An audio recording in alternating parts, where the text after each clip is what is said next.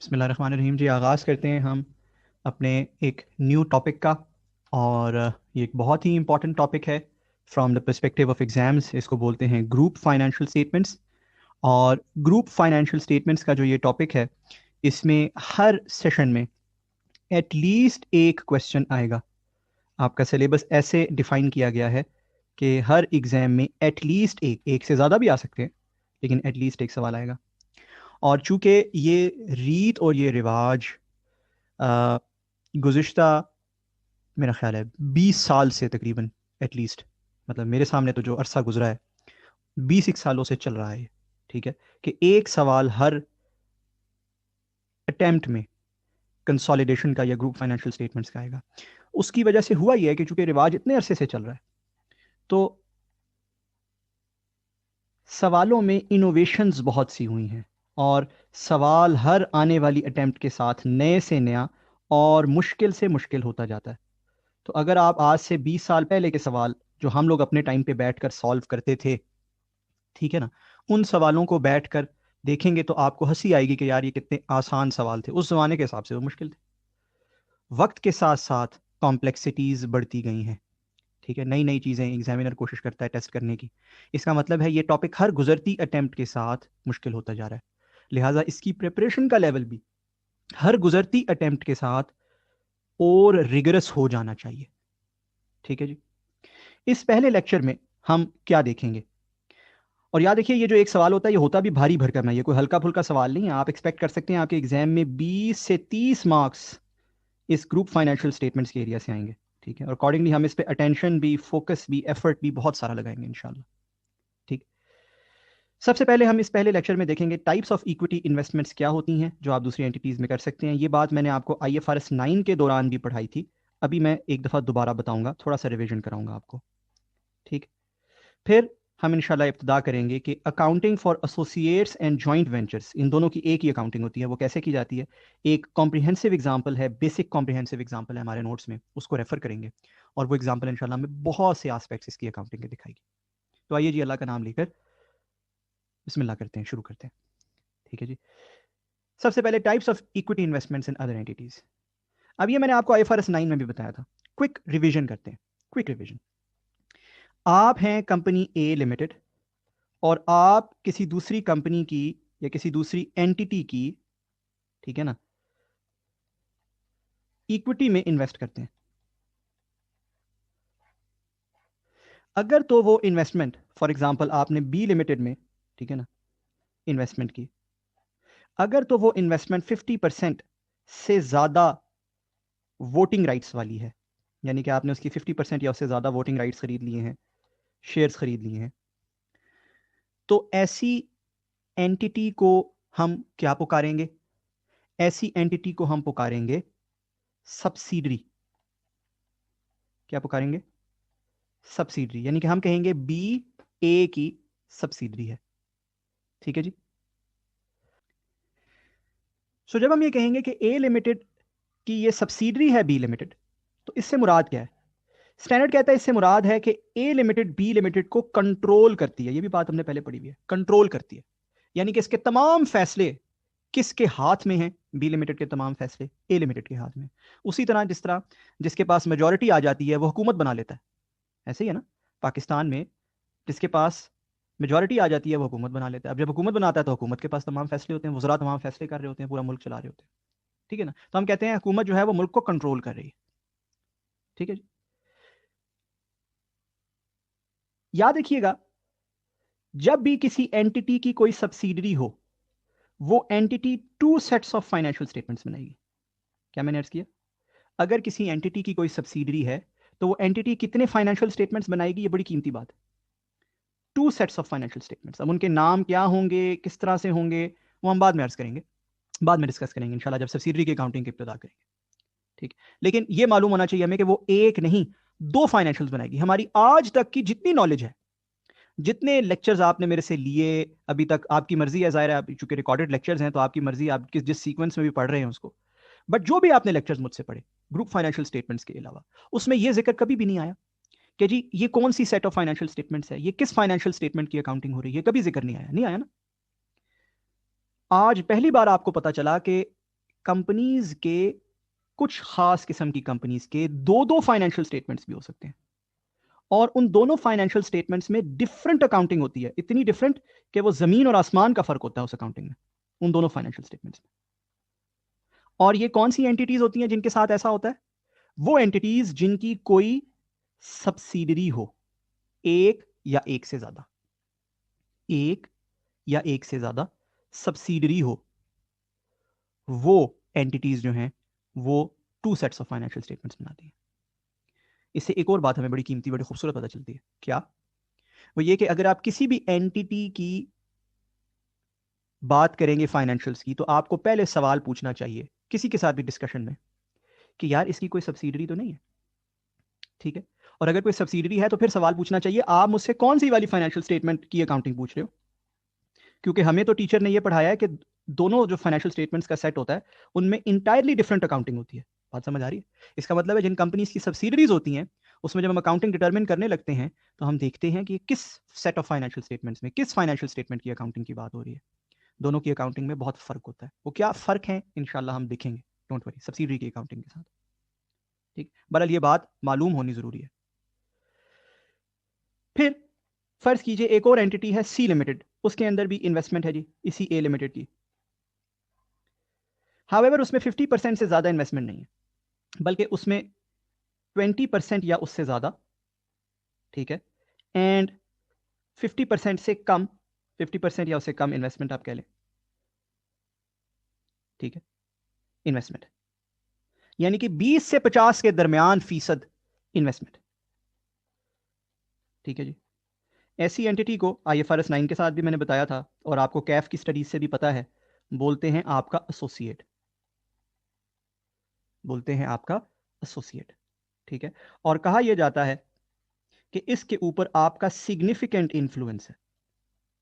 अच्छा, इसको समझने के लिए भी हुकूमत की एग्जांपल बड़ी अच्छी है।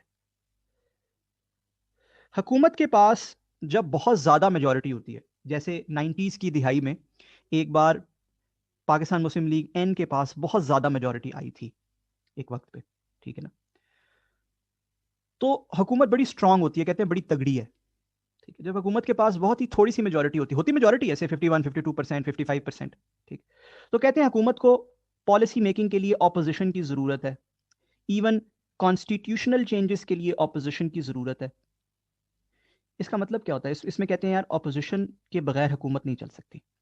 उसका मतलब यह है कि ऑपोजिशन का मुल्की मामलात पर एक गहरा असर है, सिग्निफिकेंट इन्फ्लुएंस है, तगड़ी ऑपोजिशन है। बात समझ आ रही? तो ये जो सी लिमिटेड है इसके पॉलिसी मेकिंग पर हमारा कंट्रोल तो नहीं है, हम हुकूमत में तो नहीं है यहां पर, बट हम एक तगड़ी ऑपोजिशन है। बात समझ आ रही है? 20 से 50% के दरमियान है हम, तो हम एक तगड़ी ऑपोजिशन है। I hope this is clear. ऐसी एंटिटी को एसोसिएट पुकारा जाता है, और अगर आपका कोई एसोसिएट हो तो याद रखिए आपको टू सेट्स ऑफ फाइनेंशियल्स बनाने की कोई जरूरत नहीं है, आप ओनली वन फाइनेंशियल स्टेटमेंट बनाते हैं। यानी कि जैसे आज तक हमने कोई तमाम एंटिटीज पढ़ी, आज तक तो हमने ये पढ़ा ना कि एक कंपनी की एक फाइनेंशियल स्टेटमेंट्स होती हैं, यानी कि नॉर्मल रिवाज, नॉर्मल रूटीन फॉलो होगी। अगर किसी कंपनी की कोई एसोसिएट है, एक है या एक से ज्यादा है, फर्ज कीजिए एक कंपनी के 10 एसोसिएट्स हैं, 10 कंपनीज में उसकी 30% इन्वेस्टमेंट है। बात समझ आ रही है? तो वो जो कंपनी है वो कितनी फाइनेंशियल स्टेटमेंट्स बनाएगी? वो वन फाइनेंशियल स्टेटमेंट बनाएगी, बस एक फाइनेंशियल स्टेटमेंट बनाएगी, ठीक है जी। आई होप ये भी क्लियर है। फिर फर्ज कीजिए डी लिमिटेड के अंदर भी ए लिमिटेड की इन्वेस्टमेंट, ए लिमिटेड की कहां इन्वेस्टमेंट है? डी लिमिटेड में भी इसकी इन्वेस्टमेंट। अच्छा जी, ठीक है जी। डी लिमिटेड में जो इसकी इन्वेस्टमेंट है वो कुछ इस तरह से है कि फर्ज कीजिए 40% जो है वो ए के पास है, एंड 60% जो है वो एक और कंपनी है एक्स लिमिटेड, उसके पास, ठीक, ओके। हाउएवर इन दोनों ने आपस में एग्री किया है, आपस में इन दोनों ने एग्री किया है कि ये म्यूचुअल कंसेंट से चलेंगे। एक्स लिमिटेड हमारे बगैर फैसला नहीं कर सकता, हम एक्स लिमिटेड के बगैर फैसला नहीं कर सकते, ठीक है जी। ऐसी एंटिटी को पुकारते हैं ये हमारा जॉइंट वेंचर है। क्या है? जॉइंट वेंचर है। ये हमारा भी जॉइंट वेंचर है और एक्स का भी जॉइंट वेंचर है। और कहते हैं कि यहां पर हमारा जॉइंट कंट्रोल है। क्या है? जॉइंट कंट्रोल है। ये हमारा जॉइंट वेंचर है और यहां पे हमारा जॉइंट कंट्रोल है। अच्छा, अब जॉइंट कंट्रोल लफ्ज आपको समझ आ गया होगा। वजह क्या? वजह यह कि आपका भी कंट्रोल है और एक्स का भी कंट्रोल है। आप एक्स के बगैर नहीं चल सकते और एक्स आपके बगैर नहीं चल सकता। ठीक है ना? तो ये एक एक दूसरे के साथ हमारा जॉइंट वेंचर है और यहां पे हमारा जॉइंट कंट्रोल है। याद रखिए, अगर आपका कोई जॉइंट वेंचर हो तब भी आप एक सिंगल सेट ऑफ फाइनेंशियल्स ही बनाएंगे, वन फाइनेंशियल स्टेटमेंट्स ही बनाएंगे। आपको टू फाइनेंशियल स्टेटमेंट्स बनाने की कोई जरूरत नहीं। बात क्लियर है? ठीक। ओके। फिर फर्ज कीजिए एक और एंटिटी है ई को। ये एक पार्टनरशिप कंसर्न है। ये क्या है? ये एक पार्टनरशिप कंसर्न है। ठीक। यहां पर भी से 40% आपका है और 60% एक और कंपनी है वाई लिमिटेड, उसका है। और आप दोनों ने आपस में एग्री किया है कि हम दोनों म्यूचुअल कंसेंट से चलेंगे।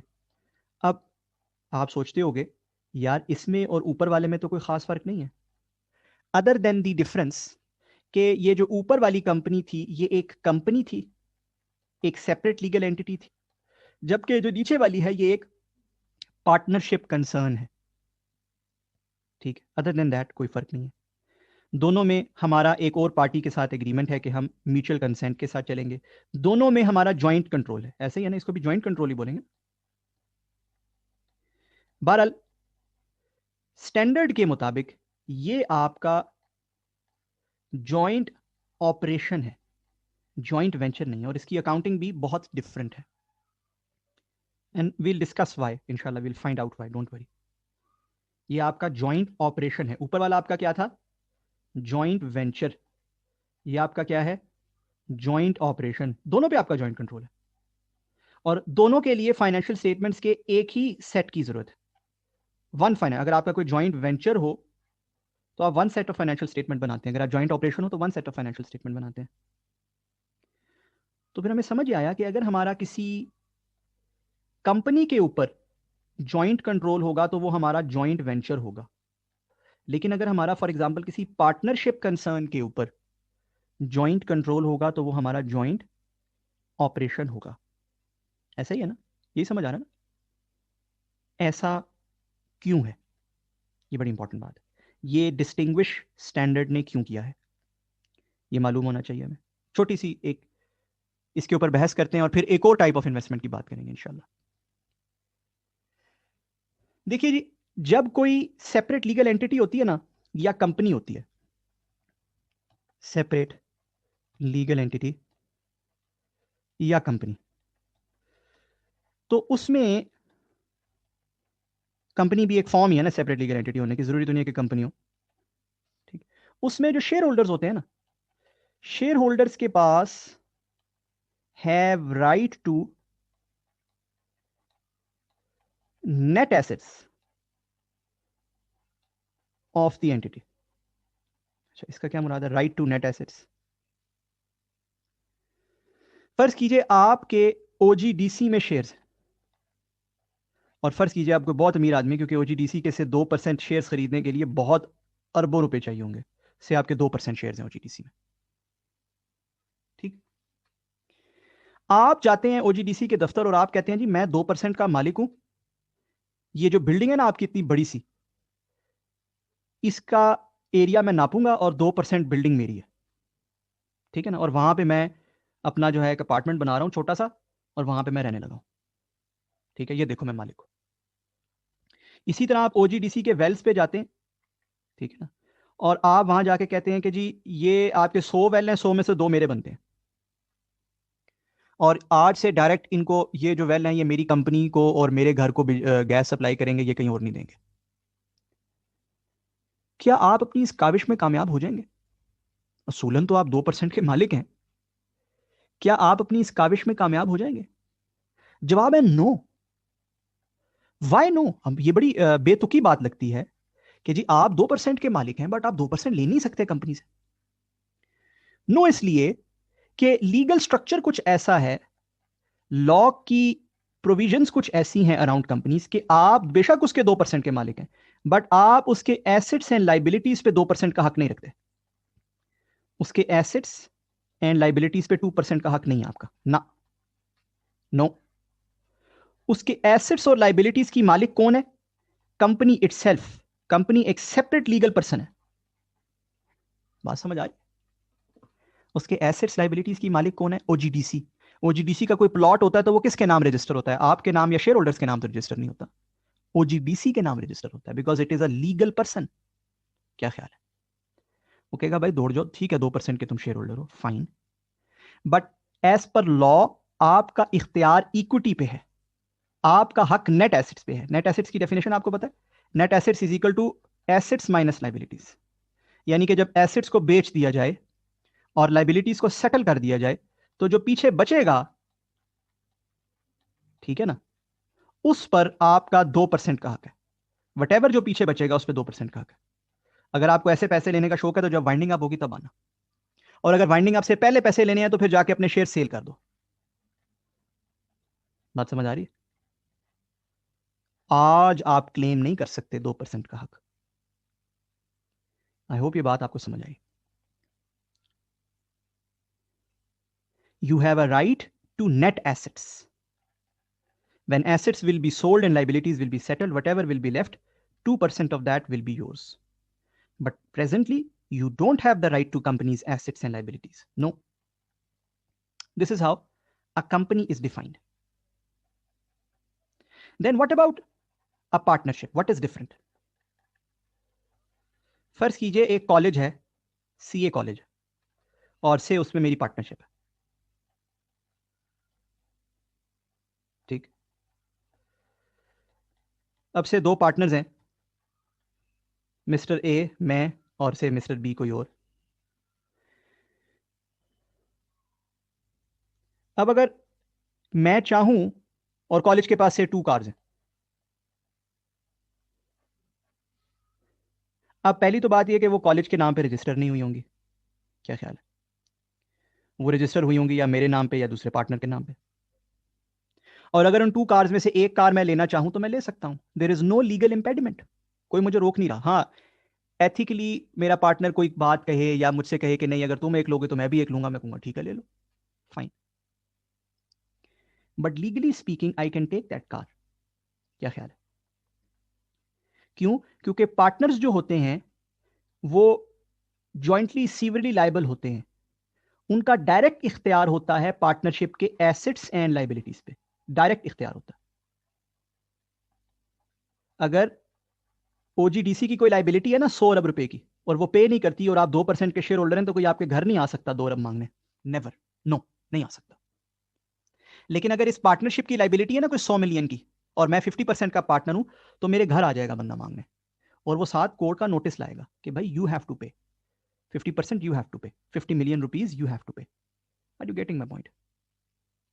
This is how the legal structure works. यहां पे you have a right to assets and liabilities, ऊपर you had a right to net assets. फर्क समझ आ रहा है?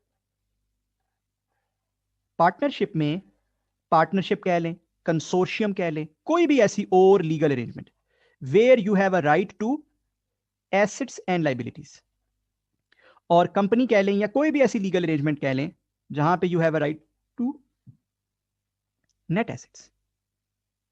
If you have a right to net assets और आपका ज्वाइंट कंट्रोल है तो ये होगी JV, and if you have a right to assets and liabilities और आपका ज्वाइंट कंट्रोल है तो ये होगा जेओ, ज्वाइंट ऑपरेशन। चूंकि इन दोनों में ये बुनियादी फर्क है, लिहाजा स्टैंडर्ड ने इनको डिस्टिंग्विश किया।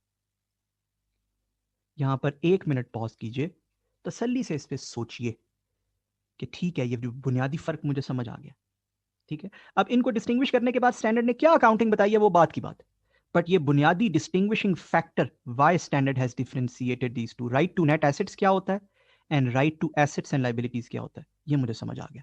ये इस्टेब्लिश कीजिए जी जरा अपने ज़हन में।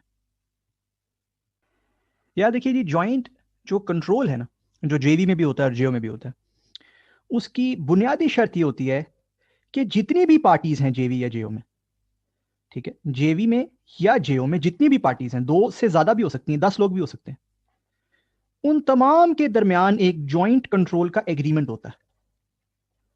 या तो जो जेवी या जेओ का आर्टिकल्स या मेमोरेंडम होता है वही इस तरह डिफाइंड होता है कि तमाम शेयर होल्डर सिर्फ मिलकर फैसला कर सकते हैं, या शेयर होल्डर्स के दरमियान एग्रीमेंट होता है, इन्वेस्टर्स ओनर्स के दरमियान एग्रीमेंट होता है। क्या एग्रीमेंट ये होता है कि जी आप मेरे बगैर, मैं आपके बगैर, हम सब एक दूसरे के बगैर फैसला नहीं कर सकते, तमाम की म्यूचुअल कंसेंट और म्यूचुअल अंडरस्टैंडिंग से फैसले होंगे। That is what is called joint control. और इसमें 50-50% होल्डिंग की कोई शर्त नहीं होती। हो सकता है मेरी 10% होल्डिंग हो, एक और पार्टी है, पार्टी बी, उसकी, या पार्टी एक्स कह देते हैं, उसकी 20% होल्डिंग है, एक और पार्टी है पार्टी वाई, उसकी से 30% होल्डिंग है, और एक और पार्टी है पार्टी जी जिसकी 40% होल्डिंग है। हो सकता है ऐसा, ठीक है ना, इट इज पॉसिबल। बट हम सब के दरमियान ये एग्रीमेंट है कि हम एक दूसरे के बगैर नहीं चलेंगे, इकट्ठे फैसले कर सकते हैं, लिहाजा इसको जॉइंट कंट्रोल बोलेंगे। ठीक है जी।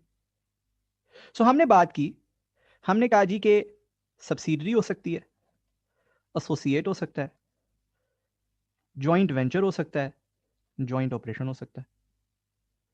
ठीक है। और याद रखिएगा, जेवी या जेओ में आपकी 99% होल्डिंग भी हो सकता है दूसरी पार्टी की सिर्फ 1% होल्डिंग हो। ठीक है ना, आपकी 99% होल्डिंग हो, दूसरी पार्टी की सिर्फ 1% होल्डिंग हो, स्टिल वो जेवी या जेओ हो। ठीक है ना जी। अच्छा, आगे बढ़ते हैं। फिर पांचवी जो टाइप ऑफ इन्वेस्टमेंट है, वो जिसको मैं कहता हूं सिंपल इन्वेस्टमेंट या अदर इन्वेस्टमेंट, और ये हम पहले पढ़ चुके हैं, सिंपल इन्वेस्टमेंट या other investment.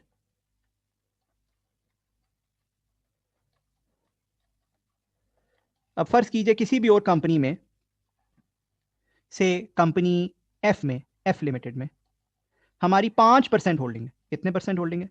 5%। In other words 20% से कम होल्डिंग है, या ये इंश्योर करना होता है कि वो ना ही सब्सिडरी है, ना ही एसोसिएट है, ना ही जेवी है, और ना ही जेओ है। ये चारों नहीं है, ये चारों नहीं है। अगर ये चारों नहीं है तो फिर वो क्या है? वो एक सिंपल या अदर इन्वेस्टमेंट जिसको मैं कहता हूं। और इस सिंपल या अदर इन्वेस्टमेंट की अकाउंटिंग क्या होती है, बड़ी डिटेल में इक्विटी इन्वेस्टमेंट्स की अकाउंटिंग क्या होती है मैं आपको पढ़ा चुका, बड़ी डिटेल में। आपको याद होगा IFRS 9, अगर आप मेरे लेक्चर्स IFRS 9 के, अगर आप मेरा लेक्चर्स का सीक्वेंस, जो मेरा प्रेस्क्राइब्ड सीक्वेंस है, अगर वो फॉलो कर रहे हो तो आप IFRS 9 कर चुके हो। ठीक है। और अगर नहीं फॉलो कर रहे तो जब IFRS 9 पढ़ोगे तो इन्वेस्टमेंट्स की वहां अकाउंटिंग देख लोगे। IFRS 9 में हम इसको डिटेल में डिस्कस कर चुके, FVTPL, FVTOCI, equity investment and all, वो सब डिस्कस कर चुके, वहां पे इसकी अकाउंटिंग देखी। तो हमें समझ आई कि कोई भी इक्विटी इन्वेस्टमेंट हो वो 5 इकसाम की हो सकती है, या वो सब्सिडरी होगी, या वो एसोसिएट होगा, या वो जेवी होगी, या वो जेओ होगा, या वो अदर सिंपल या अदर इन्वेस्टमेंट होगी। इसमें से एक किस्म जो है वो हम पढ़ चुके हैं ऑलरेडी, और बाकी 4 किस्में जो हैं उसकी अकाउंटिंग हमने पढ़नी है। ठीक। बाकी 4 किस्मों में भी मजे की बात यह है कि 3 इकसाम ऐसी हैं जिसमें एक ही सेट ऑफ फाइनेंशियल्स बनती है, एक से ज्यादा सेट ऑफ फाइनेंशियल्स बनाने की जरूरत नहीं होती। और एक किस्म इतनी अनोखी है, इतनी मजेदार है, कि उसके अंदर 2 सेट्स ऑफ फाइनेंशियल स्टेटमेंट्स बनानी पड़ती हैं। ठीक है जी। आई होप ये basic different types of equity investments क्या होती हैं आपको क्लियर हो गई। तो आज हम अकाउंटिंग शुरू करने जा रहे हैं जी एसोसिएट्स एंड जॉइंट वेंचर्स की। किसकी अकाउंटिंग शुरू करने जा रहे हैं? एसोसिएट्स एंड जॉइंट वेंचर्स की। दोनों की इकट्ठी क्यों? क्योंकि मजे की बात यह है कि स्टैंडर्ड्स ने, IFRS ने, as well as US GAAP ने भी दोनों की सेम अकाउंटिंग बता दी है। एसोसिएट्स और जॉइंट वेंचर्स दोनों के लिए सेम अकाउंटिंग फॉलो होती है, same accounting, without a single penny worth of a difference, same accounting. Standard कौन सा है जो इनकी अकाउंटिंग बताता है? IAS 28। ये इनकी अकाउंटिंग बताता है। क्या कहता है वो इनकी अकाउंटिंग को? नाम क्या देता है? नाम देता है इक्विटी अकाउंटिंग। जैसे सिंपल इन्वेस्टमेंट के लिए होता था ना, FVTPL, FVTOCI, इस किस्म की नाम थे ना, इसकी अकाउंटिंग को वो नाम देता है इक्विटी अकाउंटिंग। ये नेम है इसकी अकाउंटिंग का। तो मालूम क्या हुआ? मालूम ये हुआ कि 5 टोटल थी, 5 में से एक हम ऑलरेडी कर चुके थे, तो पीछे बची 4। 4 में से भी 2 की एक जैसी अकाउंटिंग है। मजा आ गया ना, है ना? यानी कि इसका मतलब है पीछे एक सब्सिडरी और एक जेओ की अकाउंटिंग बची, जो हमें अलग अलग देखनी पड़ेगी। एसोसिएट्स और जेवीज की तो एक जैसी अकाउंटिंग है। जब हम पढ़ लेंगे तो हमें दोनों की अकाउंटिंग इकट्ठी समझ आ जाएगी। आई होप आपको खुशी हुई होगी ये सुन के। ठीक। अब इक्विटी अकाउंटिंग कैसे करते हैं, and how is it different from the accounting that we have already learned? देखें, what accounting have we already learned? We have learned FVTPL accounting for equity investments. We have learned FVTOCI equity investments वाली accounting for equity investments. क्या ख्याल है ना? We have learned 2 accountings, but equity accounting is very very different from both of them. बहुत different है। what it is, how is it different, आइए सीख लेते हैं। सीखेंगे कैसे? आपके नोट्स में पेज नंबर 80 पर एक बहुत लंबी एग्जाम्पल है, एग्जाम्पल 3, बेसिक इक्विटी अकाउंटिंग के नाम से। यह बहुत लंबी एग्जाम्पल है। इस एग्जाम्पल के सिर्फ पहले 2 पैराग्राफ और एक आखिरी रिक्वायरमेंट, आप सब यहां पॉज कीजिए, और पहले 2 पैराग्राफ जो भी स्क्रीन पे आ रहे हैं, और एक आखिरी पैराग्राफ है जो बिल्कुल एग्जाम्पल के एंड पे आ रहा है। बीच में और भी बहुत से पैराग्राफ्स हैं, वो भी देखेंगे, और बहुत से पैराग्राफ्स हैं बीच में, वो भी देखेंगे, डोंट वरी। बट फिलहाल पहले 2 पैराग्राफ्स और एक आखिरी रिक्वायरमेंट जो है, यहां पे पॉज करके जल्दी से जाकर पढ़िए, and let us start equity accounting इंशाल्लाह। ऑलराइट जी, आई होप आप सबने इसको देखा है, रीड किया है। So what does this example से? It says parent limited acquired 25% investment share capital of associate limited. अच्छा, अब नाम से भी जाहिर है, और नाम से जाहिर ना भी हो तो आपको पता है कि अगर एक कंपनी दूसरी कंपनी का 25% शेयर कैपिटल ले ले तो वो एसोसिएट होगी, आमतौर पर एसोसिएट तस्वर की जाएगी। ठीक है, और कहा जाएगा कि इस कंपनी का दूसरी कंपनी पे सिग्निफिकेंट इंफ्लुएंस इस्टेब्लिश हो गया। ऐसे ही है ना? अच्छा, वो जो खरीदा वो किस कॉस्ट पे खरीदा? वो खरीदा 4,50,000 की कॉस्ट पे। ठीक है, किस डेट पे खरीदा? 1 जनवरी 2011 पे। ठीक है, कहता है जिस दिन खरीदा, the fair value of net assets of associate limited. अब लफ्ज नेट एसेट मैंने आपको पहले बता दिया कि इसका मतलब क्या है। लफ्ज नेट एसेट का मतलब होता है एसेट्स माइनस लाइबिलिटीज। ठीक है ना? यानी कि फेयर वैल्यू ऑफ एसेट लगाया होगा किसी बंदे ने, less fair value of liabilities बनाई होगी। ठीक है, तो वहां से fair value of net assets बन गई होगी। तो fair value of net assets ascertain की गई है, और पता यह चला है कि उस कंपनी की, एसोसिएट लिमिटेड की fair value of net assets जिस दिन हमने खरीदी उसमें इन्वेस्टमेंट, उस दिन 2 मिलियन थी। कितनी थी? 2 मिलियन रुपए थी। कहता है the excess of fair value is due to plant and machinery of associate limited which is depreciated on a straight line basis and has 5 years remaining useful life। अभी हम सिर्फ यहां तक पहला पैराग्राफ पढ़ते हैं, सिर्फ पहला पैराग्राफ। आप सबके सामने, चाहे किसी और डिवाइस पर या हार्ड फॉर्म में, ये एग्जाम्पल खुली होनी चाहिए, एग्जाम्पल 3 पेज नंबर 80 पर। ठीक, ताकि हमें बार बार पेज रेफर बैक ना करना पड़े। ठीक, इस पहले पैराग्राफ की अकाउंटिंग क्या है? यह है डे 1 की अकाउंटिंग। इक्विटी अकाउंटिंग डे 1 पर क्या कहती है? ठीक है, 1 जनवरी 2011 या डे 1 पर क्या कह रही है इक्विटी अकाउंटिंग कैसे होनी चाहिए? सबसे पहले स्टैंडर्ड कहता है आप एंट्री करें investment debit and bank credit, और स्टैंडर्ड कहता है ये एंट्री आप करें एट कॉस्ट। ये एंट्री आप क्या करें? At cost. कॉस्ट है हमारे पास 4,50,000 रुपए। अगर हम रुपीज इन थाउजेंड्स लेके चलें, हम लिख देते हैं यहाँ पे कि कंप्लीट एग्जांपल में, क्योंकि बहुत लंबी एग्जांपल है, बहुत सी स्लाइड्स पे, कोई 15 स्लाइड्स पर ये एग्जांपल चलती रहेगी। ठीक है, तो हम पूरी एग्जांपल में रुपीज इन थाउजेंड्स लेके चलेंगे। अभी बता दिया मैंने आपको, बोलना नहीं है इस बात को। 4,50,000 रुपए एट कॉस्ट स्टैंडर्ड कहता है एंट्री कर। अच्छा, फिर स्टैंडर्ड कहता है आप उसकी फेयर वैल्यू ढूंढें, फेयर वैल्यू निकालें। अब जो हिस्सा हमने खरीदा है उसकी फेयर वैल्यू बनती है 2 मिलियन का 25% बराबर है 500,000 के। क्या ख्याल है? जो हिस्सा हमने खरीदा है उसकी फेयर वैल्यू बनती है 2 मिलियन का 25% इज इक्वल टू 500,000। स्टैंडर्ड कहता है अगर ये फेयर वैल्यू आपकी कॉस्ट से कम है, अगर ये फेयर वैल्यू आपकी कॉस्ट से क्या है, कम है, स्टैंडर्ड कहता है डू नथिंग, कुछ भी ना करो, कोई एंट्री ना करो। अगर ये फेयर वैल्यू आपकी कॉस्ट से क्या है, कम है, तो स्टैंडर्ड कहता है डू नथिंग, कुछ भी ना करें। ठीक है। बहरहाल अगर ये फेयर वैल्यू आपकी कॉस्ट से ज्यादा है तो स्टैंडर्ड कहता है गेन रिकॉर्ड करें। यानी कि अगर गेन आ रहा होगा, फेयर वैल्यू कॉस्ट से ज्यादा होगी तो वो रिकॉर्ड किया जाएगा, अगर लॉस आ रहा होगा तो रिकॉर्ड नहीं किया जाएगा। ये खुला तजाद क्यों, ये भी डिस्कस करेंगे भी। ठीक है ना। यहां पर क्या हो रहा है, यहां पे फेयर वैल्यू कॉस्ट से ज्यादा, ऐसा ही है। स्टैंडर्ड कहता है आप उसकी एंट्री करेंगे, इन्वेस्टमेंट डेबिट, P&L क्रेडिट 50,000।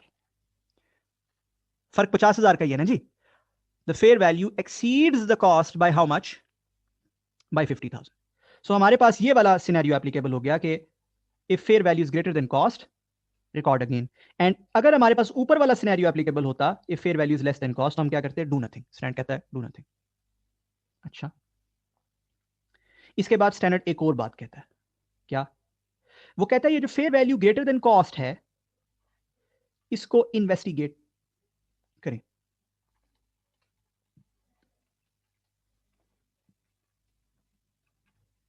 क्या इन्वेस्टिगेट करें? क्या ये टेम्परेरी है या ये परमानेंट है? या ये क्या है, परमानेंट। अच्छा, अब ये टेम्परेरी है, परमानेंट से क्या मुराद है? हम बेसिकली ये देखते हैं कि ये अगर मेरी फेयर वैल्यू कॉस्ट से ज्यादा है तो ये किस चीज की फेयर वैल्यू है, एसेट और लाइबिलिटीज की फेयर वैल्यू है ना। क्या ख्याल है? ये किस चीज की फेयर वैल्यू है? ये fair value of net assets है, एसेट और लाइबिलिटीज की फेयर वैल्यू है। तो हम ये देखते हैं कि क्या ये किसी ऐसे एसेट या लाइबिलिटी की फेयर वैल्यू से रिलेट करता है जो अभी खत्म हो जाना है कुछ अरसे में, डेप्रिसिएशन के थ्रू या किसी और मैकेनिज्म के थ्रू, या ऐसा नहीं है।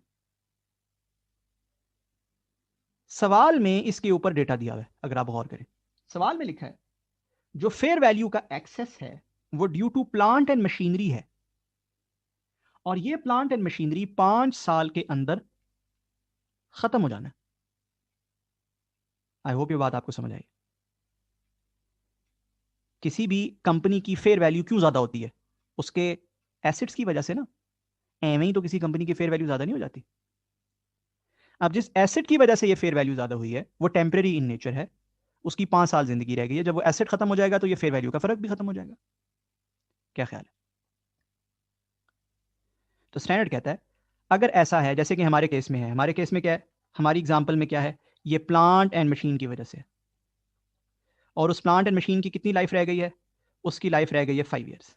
तो स्टैंडर्ड कहता है आपने क्या करना है, आपने अगले हर साल, एवरी ईयर, इस एंट्री को रिवर्स करते जाना। एवरी ईयर, एवरी ईयर, अगले हर साल ये एंट्री जो है 1/5 of this entry will be reversed every year. यानी कि पहले साल फॉर एग्जांपल एंट्री होगी P&L टू इन्वेस्टमेंट, बात समझ आ रही है, 10 से। फिर अगले साल दोबारा एंट्री होगी 10 से, फिर 10 से, फिर 10 से, फिर 10 से, और अल्टीमेटली ये रिवर्स हो जाएगा। बात समझ आ रही? ओके। अब हमारे सवाल में अगर मैंने कुछ भी ना लिखा होता, ये लाइन सिरे से लिखी ना होती है, जो लाइन लिखी है ना, the excess of fair values due to plant, और ये 1.5 लाइन का जो सेंटेंस है, अगर मैंने ना लिखा होता, if the question was silent, if it was silent, if the question was silent इसके ऊपर, तो आप क्या तस्वर करते? आप तस्वर करते ये गेन परमानेंट, और आप इसका कोई रिवर्सल फ्यूचर में ना करते। बात समझ आ गई? यानी कि स्टूडेंट्स की हद तक ये टोटली एग्जामिनर की अंग्रेजी पे डिपेंड करता है। रियल लाइफ में ये इवैल्यूएशन बड़ी मुश्किल होती है, सच्ची बात है, बहुत मुश्किल। इसलिए बहुत सी कंपनीज इवैल्यूएशन करती भी नहीं है, ठीक है ना, वो इस चक्कर में झंझट में पड़ती नहीं। आप अक्सर कंपनीज को देखोगे वो इन्वेस्टमेंट इन एसोसिएट या joint venture at cost he record करती है, उसके बाद ये सेकंड वाली स्टेप को कहती हैं यार फर्क था ही नहीं, एवं ही कह देती हैं फर्क था ही नहीं, ठीक है ना, because it is quite difficult. Bharat standard में तो ये है ऑब्वियसली। बीइंग अ स्टूडेंट तो डिफिकल्ट नहीं है ना, एग्जामिनर ने तो लिख के दे देना, उसने कहना जी 50 का गेन है रिकॉर्ड करो, और साथ उसने बता देना ये टेम्परेरी है या परमानेंट है। टेम्परेरी होगा तो वो लिख देगा कि ये किसी एसेट की वजह से है जो डेप्रिसिएट हो रहा है, और अगर वो नहीं लिखता कुछ भी, इसका मतलब क्या है, वो परमानेंट है, इसका मतलब वो कभी फ्यूचर में रिवर्स नहीं होना। है ना आसान? एक आखिरी चीज अर्ज कर देता हूं, जिसके बाद आपकी डे 1 की अकाउंटिंग यानी कि फर्स्ट डे की अकाउंटिंग एसोसिएट्स और जॉइंट वेंचर्स की क्लियर हो जाएगी। क्या ये आपके जहन में होगा कि यार ये क्या मजाक है, अगर फेयर वैल्यू कॉस्ट से कम हो तो डू नथिंग, ये क्या मजाक है? याद रखिए, ये जो मजाक है ये है दुनिया में एक बहुत बड़ा मार्केट्स का नॉर्म है, इन्वेस्टमेंट्स का नॉर्म है। वो नॉर्म क्या है? नॉर्म से मुराद रिवाज, ट्रेडिशन। वो नॉर्म क्या है? वो नॉर्म ये है कि आम तौर पे जो परचेज प्राइस होती है ना of major investments, significant investments, बड़ी इन्वेस्टमेंट्स, यानी छोटी मोटे शेयर नहीं खरीद बात की बात कर रहा भाई, ये किसी कंपनी में 25% शेयर लेने का मतलब पता है क्या है? ओजीडीसी में 25% शेयर लेने का मतलब पता है क्या है?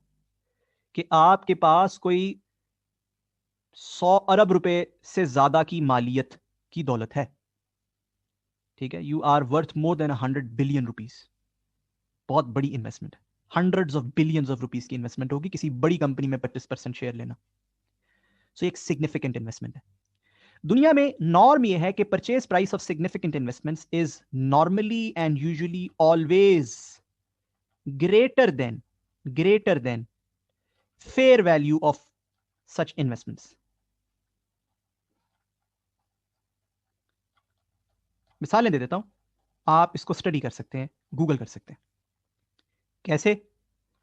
आप देखिए, माइक्रोसॉफ्ट ने लिंक्डइन खरीदा था कुछ बरस पहले। आप जाकर स्टडी कर लीजिए कि जिस दिन उसने खरीदा था उस दिन लिंक्डइन के शेयर्स की प्राइस क्या चल रही थी, और क्या माइक्रोसॉफ्ट ने उससे ज्यादा पर खरीदा था या कम पर? आप देखेंगे ज्यादा पर खरीदा था। इसी तरह बहुत से बरस पहले, काफी अरसा हो गया इसको तो, बहुत साल गुजर चुके हैं, फौजी ग्रुप ने अस्करी बैंक खरीदा था। पाकिस्तान की ट्रांजैक्शन, जाकर देख लीजिए कि उसकी, क्योंकि अस्करी बैंक वाज लिस्टेड, तो उस दिन उसकी मार्केट वैल्यू क्या थी और फौजी ग्रुप ने कितने का खरीदा था। ठीक है, उसमें भी फौजी ग्रुप ने ठीक ठाक महंगा खरीदा था, मेरे ख्याल 23-24 रुपए का खरीदा था, जबकि उसकी शेयर प्राइस कोई 15-16 रुपए थी। ठीक है, इसी तरह आप दुनिया में दीगर इन्वेस्टमेंट्स, पाकिस्तान में दीगर सिग्निफिकेंट इन्वेस्टमेंट्स की इवैल्यूएशन कर सकते हैं। दुनिया में यह नॉर्म है कि आमतौर पर purchase price of significant investments is always higher than fair value of such investments. ठीक है, इसमें कुछ आपको अनलिस्टेड कंपनीज की भी एग्जांपल्स मिल जाएंगी। जैसे व्हाट्सएप अनलिस्टेड था जब उसको फेसबुक ने खरीदा, बट कोई बड़े से बड़ा इन्वेस्टमेंट एनालिस्ट ये नहीं कह सकता था कि वो 18 बिलियन डॉलर का है। इनिशियली डील हुई 18 बिलियन डॉलर पे, बट चूंकि उसके अंदर फेसबुक के शेयर्स भी इन्वॉल्व थे, तो जितनी देर में वो डील कंक्लूड हुई उस वक्त तक डील वैल्यू 22 बिलियन डॉलर बन चुकी थी। ठीक, तो ये दुनिया सारी जो है सिग्निफिकेंट इन्वेस्टमेंट्स अपनी फेयर वैल्यू से ज्यादा पर क्यों लेती है? इसलिए लेती है कि इन तमाम इन्वेस्टर्स को कुछ हिडन एसेट्स, कुछ हिडन बेनिफिट्स, कुछ हिडन नहीं कहना चाहिए, अनआइडेंटिफाइबल बेनिफिट्स, जो स्टैंडर्ड का लफ्ज है, अनआइडेंटिफाइबल एसेट्स, अनआइडेंटिफाइबल बेनिफिट्स नजर आते हैं इन इन्वेस्टमेंट्स। जैसे आज आप देख रहे हो कि चूंकि व्हाट्सएप भी फेसबुक का है, तो फेसबुक मैसेंजर को इन पर्टिकुलर कोई कंपटीशन नहीं है। ऐसा ही है ना, ब्रॉडली दुनिया में व्हाट्सएप के की वजह से और उसकी निस्बत से फेसबुक का राज है। ठीक है, अगर ऐसा ना होता और व्हाट्सएप फेसबुक का कंपटीशन होता और एक दूसरी एंटिटी होती, तो फेसबुक को बड़ा टफ टाइम दे सकता था व्हाट्सएप। भाई फेसबुक पे तो इश्तेहार भी हैं, फेसबुक तो मोनेटाइज्ड है, व्हाट्सएप तो मोनेटाइज्ड भी नहीं है। व्हाट्सएप पे तो इश्तेहार भी नहीं है, व्हाट्सएप का तो एक्सपीरियंस भी बेहतर है। वो अपनी अगर कंपीटिंग सर्विसेज लॉन्च करना शुरू कर देता तो लेने के देने पड़ जाते फेसबुक को। ये वो अनआइडेंटिफाइबल बेनिफिट्स थे जो मार्क जकरबर्ग साहब को नजर आए आज से इतने साल पहले। ठीक है, तो जो इन्वेस्टर होता है ना उसको अनआइडेंटिफाइबल बेनिफिट्स नजर आ रहे होते हैं। इसी तरह माइक्रोसॉफ्ट को नजर आ रहा होता है कि यार मैं लिंक्डइन से क्या क्या कर सकता हूं जो आज नहीं, आज किसी के ज़हन में भी नहीं है कि वो हो सकता है। इन अनआइडेंटिफाइबल बेनिफिट्स को ही तो गुडविल कहते हैं। क्या पुकारते हैं? गुडविल। राइट, इन्हीं अनआइडेंटिफाइबल बेनिफिट्स को हकीकत में क्या कहते हैं? गुडविल। आगे जाएंगे इंशाल्लाह, जब सब्सिडरी की अकाउंटिंग पढ़ेंगे तो गुडविल के बारे में मजीद भी सीखेंगे। बट समझ ये आई कि भाई पूरी दुनिया में ये रिवाज है, ये नॉर्म है कि आमतौर पर परचेज प्राइस ज्यादा ही होती है और फेयर वैल्यू कम ही होती है। लिहाजा स्टैंडर्ड भी कहता है कि अगर परचेज प्राइस ज्यादा है यानी कि कॉस्ट ज्यादा है और फेयर वैल्यू कम है तो डू नथिंग। वो कहता है यार ये नॉर्म है। ठीक है, स्टैंडर्ड सेटर कोई बेवकूफ नहीं है, आपको पता है वो सारे बड़े प्रूडेंट हैं। ठीक है, हाँ ये नॉर्म के अगेंस्ट है कि जी फेयर वैल्यू ज्यादा और कॉस्ट कम हो। उस केस में वो कहता है भाई आपने तो दूसरे को बेवकूफ बना दिया, आप तो छा गए माशाल्लाह, तो गेन रिकॉर्ड कर लें। ये नॉर्म नहीं है। ठीक, so I hope with this आप सबको डे वन की accounting for investment in associate और जॉइंट वेंचर समझ आ गई। दैट इज इट, इससे ज्यादा कुछ भी नहीं है जो IAS 28 में लिखा है। ठीक है जी, यहां पे इसको 1 मिनट पॉज कीजिए और तसल्ली से अपने जहनों में डाइजेस्ट कीजिए। अच्छा एक बात याद रखिए, अगर आप में से किसी को भी ये कंफ्यूजन है कि यार मैंने मिसाल दी कि जी अस्करी बैंक 16 रुपए के शेयर थे और फौजी ग्रुप ने उसको 24 रुपए का खरीदा, आज से बहुत सालों पहले की बात है, ऐसा कैसे हो सकता है? भाई 16 रुपए के अगर मार्केट में शेयर हैं, लिस्टेड कंपनी है, तो भाई जाके मार्केट से ही उसके 16-16 रुपए के शेयर ले लो। आप में से कुछ लोगों ने BFD नहीं पढ़ी हुई, तो उनके जहन में यह सवाल जरूर आ सकता है। याद आपने ये रखना है कि there are two things that prohibit this. Two things, जल्दी से मैं, चूंकि ये BFD की नॉलेज है, मैं छोटी सी एक क्विक सी चीज से आपको बता देता हूं। पहली तो चीज ये होती है कि मार्केट में किसी के पास भी इतने शेयर नहीं होते कि वो 50% पूरे हो सके। मार्केट में जनरली कंपनीज का फ्री फ्लोट पड़ा ही 10, 15, 20, 25% होता है, इससे ज्यादा नहीं होता। ठीक है, बाकी शेयर्स बड़े बड़े इन्वेस्टर्स के पास पड़े होते हैं। जैसे अस्करी बैंक के shares I remember army welfare trust के पास थे, AWT के पास थे अस्करी बैंक के शेयर्स। ठीक है, अब मार्केट में शेयर पड़े ही 15-20% है या 20-25% है जो आम आवाम के पास हैं, तो आप कैसे, आप उन सब से भी खरीद लेंगे। ठीक है, एक तो पहले बात है लोग बेचने को तैयार नहीं होंगे, आप उन सब से भी खरीद लेंगे तो स्टिल आप इतनी बड़ी शेयर होल्डिंग तो ले नहीं सकते। नंबर वन, पहली तो रिस्ट्रिक्शन ये है। आपको AWT के पास जाना पड़ेगा, वो कहेगा भाई मैं तो ये मार्केट में 16 रुपए के शेयर चल रहे हैं, मेरे शेयर तो मार्केट में लिस्टेड ही नहीं है भाई, मेरे तो लॉक्ड इन शेयर्स हैं। जैसे OGDC में जो हुकूमत की इन्वेस्टमेंट है वो कोई मार्केट में ट्रेडेड है? बिल्कुल भी नहीं, उनको तो लॉक्ड इन शेयर्स बोलते हैं। कहेगा भाई 16 रुपए की प्राइस मेरे लिए रेलेवेंट नहीं है। Number one. नंबर टू ये कि फर्ज करो आपको कोई ऐसी लिस्टेड कंपनी मिल गई जिसके सारे शेयर्स ही मार्केट में हैं, से फॉर एग्जांपल उसके 70% शेयर्स मार्केट में लिस्टेड है। ठीक है ना, मार्केट में फ्लोट कहते हैं इसे। और आप चाहो तो आप मार्केट में नॉर्मल इन्वेस्टर से थोड़े थोड़े खरीद के 16 रुपए के ऊपर खरीद के तो आप उसमें कोई 20-25% होल्डिंग बना सकते हो।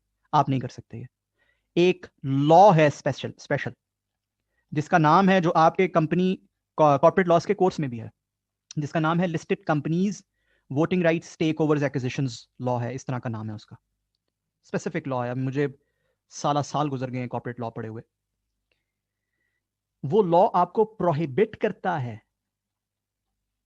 वो लॉ आपको अलाउ नहीं करता कि आप एक मेजर इन्वेस्टमेंट, एक 20% से ज्यादा इन्वेस्टमेंट ऐसे मार्केट से ले सकें ना। उस लॉ में पूरा प्रोसीजर लिखा हुआ है कि आप जी शेयर होल्डर्स को नोटिफाई करेंगे कि भाई मुझे शौक है, मैं इस कंपनी में एक मेजर इन्वेस्टमेंट 20% से ज्यादा इन्वेस्टमेंट खरीदने जा रहा हूं। फिर शेयर होल्डर्स को टाइम देंगे, वो अपनी एक प्राइस सेट करेंगे। उस लॉ में पूरा प्रोसेस लिखा हुआ है। तो भाई जी ऐसे चुपके थोड़ा थोड़ा करके किसी भी कंपनी के 16-16 रुपए पे शेयर खरीद के कोई भी बंदा 20-25% का 50% का ओनर नहीं बन सकता। ये मुमकिन ही नहीं है रियल वर्ल्ड में। ठीक, so I hope this is very very clear. अब हम बढ़ते हैं इससे आगे, बाद की अकाउंटिंग क्या है, जिसमें हमारे पास सबसे पहले ईयर 1 है जी। ईयर 1, ये ड्यूरिंग द ईयर एंडेड 31 दिसंबर 2011। इसका मतलब क्या है, ये ईयर 1 हुआ ना हमारा। क्या हुआ, ये हुआ कि एसोसिएट लिमिटेड ने, जो कि हमारी 25% इन्वेस्टी है, उसने प्रॉफिट कमाया 2 लाख रुपए का, और अदर कॉम्प्रिहेंसिव इनकम कमाई 40,000 रुपए की। अब हम वाकिफ हैं प्रॉफिट क्या होता है, अदर कॉम्प्रिहेंसिव इनकम क्या होती है, हम उससे वाकिफ हैं। अच्छा, एसोसिएट लिमिटेड ने ऑर्डिनरी डिविडेंड्स डिक्लेयर किए 60,000 रुपए के, उसने डिविडेंड अदा किया। ठीक है, ओके। फिर पेरेंट लिमिटेड ने इन्वेंट्री सेल की जिसकी कॉस्ट 1 लाख रुपए थी, to associate limited at 20% markup. यानी कि 1,20,000 की बेच दी होगी उसने उसको। 1 लाख कॉस्ट थी तो 20% मार्कअप से मुराद है 1,20,000। इस इन्वेंट्री में से आधी ऐसी है जो अभी ईयर एंड पर सेल नहीं हुई। अच्छा, फिर इसी तरह साल के स्टार्ट पर 1 जनवरी 2011 पर पेरेंट लिमिटेड ने एक बिल्डिंग सेल की जिसकी कैरिंग अमाउंट थी 1,50,000 टू एसोसिएट लिमिटेड। 2 लाख रुपए की बेची उसने उसको, और बाकी जो यूजफुल लाइफ इस बिल्डिंग की रहती थी उस टाइम पर वो थी 10 साल। अब ये बड़ी अजीब सी बातें हैं, अगर हम वो अकाउंटिंग जेन में लाएं जो हमने पहले पढ़ी है अकाउंटिंग। क्या अकाउंटिंग हमने पढ़ी है, FVTPL एंड FVTOCI की जो अकाउंटिंग हमने पढ़ी है, उसमें ये तमाम बातें रेलेवेंट नहीं होती थी। क्या ख्याल है, FVTPL एंड FVTOCI की अकाउंटिंग में हमने कभी यह सवाल नहीं किया था कि यार हमारा जहां जिस कंपनी के हमने शेयर लिए हुए हैं उसने कितना प्रॉफिट कमाया है। कभी पूछा था हमने, नहीं। उसने कितना OCI कमाया है, क्या हमने उसको कोई इन्वेंट्री सेल की है, या उसने हमें कोई इन्वेंट्री सेल की है, या हमने कोई उसको पीपी सेल की है, या उसने हमें कोई पीपी सेल किया है। ऐसे सवाल तो कभी हमने पूछे ही नहीं थे। क्या ख्याल है, FVTPL या FVTOCI इक्विटी इन्वेस्टमेंट की अकाउंटिंग में तो सिर्फ डिविडेंड के साथ हमें गर्ज होती थी, याद है, सिर्फ डिविडेंड के साथ। जब भी डिविडेंड आता था हम क्या करते थे, हम एंट्री करते थे बैंक टू PNL, डिविडेंड को PNL में एज एन इनकम रिकॉर्ड कर लेते थे। क्या ख्याल है, ऐसा है या नहीं, ऐसा ही था ना। हमने कभी ये नहीं सोचा था कि यार उस कंपनी ने इस साल कितना प्रॉफिट मेक किया, कितना OCI कमाया, हमने उसको कहीं कोई इन्वेंट्री तो नहीं बेच दी, कहीं कोई पीपी तो नहीं बेच दिया। बात समझ रहे हैं, यानी कि FVTPL and FVTOCI equity investment की जो अकाउंटिंग IFRS 9 में हमने पढ़ी है उसमें ये सारी रिक्वायरमेंट्स थी ही नहीं। वो एक सिंपल अकाउंटिंग है। मैं उसको सिंपल इन्वेस्टमेंट पता है क्यों कहता हूं, क्योंकि उसकी अकाउंटिंग बड़ी सिंपल है। उसमें ये सब जो परेशानियां अभी जो हम देखने जा रहे हैं ये सारी परेशानियां उसमें नहीं है। बहरहाल, अगर किसी कंपनी की इक्विटी अकाउंटिंग हो रही हो, अगर कोई आपका एसोसिएट या जेवी हो और उसकी इक्विटी अकाउंटिंग हो रही हो, तो ये ऊपर जितनी बातें हमने की हैं ये सारी रेलेवेंट होती हैं। यानी कि ये भी देखा जाता है उसका प्रॉफिट कितना है, उसका OCI कितना है, हमने उसे कोई चीज या उसने हमें कोई चीज तो नहीं बेची। तमाम चीजें देखी जाती हैं। क्यों देखी जाती हैं, क्या मकसद है इसका, क्या कॉम्प्लेक्सिटी आने जा रही है अकाउंटिंग में, आइए देखते हैं। साल 2011 के दौरान क्या होगा, 2011 का ईयर। सबसे पहले तो मैं यहां लिख लेता हूं, मेरी जो इन्वेस्टमेंट है वो अभी मौजूद है 5 लाख के बैलेंस पे। कितने बैलेंस पे है जी, 5 लाख के बैलेंस पे। मैंने वो ऑलरेडी रिकॉर्ड कर लिया जो मेरी इनिशियल वैल्यू है उस इन्वेस्टमेंट की। ठीक, सबसे पहले लिखा हुआ है सवाल में कि जी हमारी जो कंपनी है, इन्वेस्टी कंपनी है जिसमें हमने इन्वेस्टमेंट की है, उसने प्रॉफिट मेक किया 2 लाख का। पता क्या होगा, उसने प्रॉफिट मेक किया ना 2 लाख का, हम कहेंगे इसमें से 25% हमारा है। ऐसा हम FVTPL या FVTOCI इक्विटी में कभी भी नहीं कहते थे, नहीं कहते थे ना। देख रहे हो, ये एक बिल्कुल नई चीज है। हम कहेंगे इसमें से 25% हमारा है, 50,000 हमारा है जी। अच्छा, ना सिर्फ ये कहेंगे कि हमारा है, हम उसकी एंट्री भी कर छोड़ेंगे। हम करेंगे इन्वेस्टमेंट टू PNL, अपने PNL में उसके प्रॉफिट को दिखा देंगे 50,000 से। इन्वेस्टमेंट टू PNL 50,000 से। समझ रहे हो कैसी अजीब बात है। अब कोई आपसे पूछे, यार ठीक है उसने कमाया है, लेकिन अभी आपको दिया तो नहीं है। ये आपका तो तब होगा जब आपको डिविडेंड की सूरत में मिलेगा। क्या ख्याल है? स्टैंडर्ड सेटर्स और अकाउंटेंट्स इसका पता है क्या जवाब देते हैं? स्टैंडर्ड सेटर्स और अकाउंटेंट्स कहते हैं कोई मसला नहीं है भाई, आज नहीं तो कल, कल नहीं तो परसों डिविडेंड मिल ही जाएगा। हम रिसीवेबल भी तो बुक करते हैं ना लोगों, कंपनी से। हम रिसीवेबल भी तो लोगों से बुक करते हैं। कॉलेज स्टूडेंट से रिसीवेबल बुक करता है, क्यों? आज नहीं तो कल, कल नहीं तो परसों पैसे मिल ही जाएंगे। तो कहता है भाई ये लंबी इन्वेस्टमेंट है, आज नहीं तो कल नहीं तो परसों मिल ही जाएंगे पैसे, कोई ऐसी टेंशन की बात नहीं। जबरदस्ती, बहुत अच्छी बात है। तो डिविडेंड का हम इंतजार नहीं करते, हम पहले एंट्री कर लेते हैं इन्वेस्टमेंट टू PNL 50,000। अच्छा, फिर इस कंपनी ने OCI कमाया है कितने का? 40,000 का, राइट। हम कहते हैं इसमें से भी 25% हमारा है। ले जी मुबारक हो आपको, 10,000 का OCI इज आवर्स। और ना सिर्फ ये कि हम कहते हैं, हम इसकी एंट्री भी कर छोड़ते हैं। हम कहते हैं इन्वेस्टमेंट टू OCI, और उसी लॉजिक पे कि हम वेट नहीं करेंगे डिविडेंड मिलने का। जब उसने कमा लिया तो आज नहीं तो कल, कल नहीं तो परसों हमें मिल ही जाएगा। इन्वेस्टमेंट टू OCI 10,000, कोई मसला नहीं। हम अपने OCI में उसका OCI दिखाते हैं, अपने PNL में उसका PNL दिखाते हैं 25% की हद तक। बात समझ आ रही है? इसका मतलब है, पता है क्या होगा? आपका जो इन्वेस्टमेंट है वो बढ़ जाएगी। क्या ख्याल है? आपकी जो इन्वेस्टमेंट है वो बढ़ जाएगी। ये जर्नल नंबर 1 से आपकी इन्वेस्टमेंट जो है वो कहाँ पहुंच जाएगी? वो 550 पे पहुंच जाएगी। और ये जर्नल नंबर 2 से आपकी जो इन्वेस्टमेंट है ये कहाँ पे पहुंच जाएगी? ये 560 पे पहुंच जाएगी।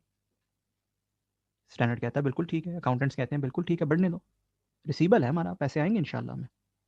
अच्छा, फिर नेक्स्ट लिखा है स्टैंडर्ड सवाल में कि आपको डिविडेंड मिला। आपको नहीं मिला, खैर कंपनी ने डिविडेंड दिया। कंपनी ने कितना डिविडेंड दिया? 60,000 का। तो उसमें से आपको कितना मिला होगा? 15,000।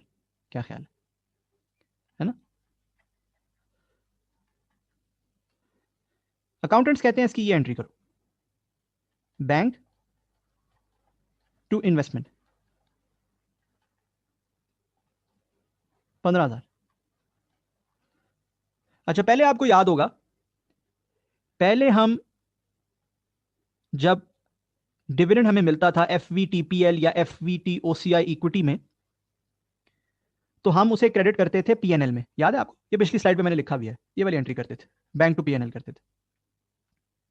अब स्टैंडर्ड सेटर्स और अकाउंटेंट्स कहते हैं आप उसे करें बैंक टू इन्वेस्टमेंट। भला क्यों ऐसा कहते हैं? बड़ी आसान रीजन है भाई, उसका पूरे का पूरा प्रॉफिट हम ऑलरेडी PNL में डाल चुके, उसी प्रॉफिट में से डिविडेंड आया होगा ना। क्या ख्याल है? हम उसका पूरा प्रॉफिट ऑलरेडी PNL में डाल चुके, ऑलरेडी उसको PNL में बुक कर चुके। तो स्टैंडर्ड सेटर कहते हैं कि यार उसी 50,000 में से, चूंकि आपने वो 50 पहले PNL में डाल दिया है, पहले इन्वेस्टमेंट में रिकॉर्ड कर लिया as a receivable, sort of a receivable, तो आप जब उसमें से 15 आपको मिल जाता है, तो रिसीवेबल जब मिलता है तो उसकी एंट्री क्या होती है? बैंक टू रिसीवेबल होती है ना। तो आप करें बैंक टू इन्वेस्टमेंट। ये उसी 50,000 में से आपको 15 मिल गया। बात समझ आई? आई होप ये भी बड़ी आसान चीज है आपके लिए, कोई ऐसी मुश्किल चीज नहीं है। तो तीसरे नंबर की एंट्री से क्या होगा? इन्वेस्टमेंट थोड़ी कम हो जाएगी, 15,000 से कम हो जाएगी। क्या ख्याल है?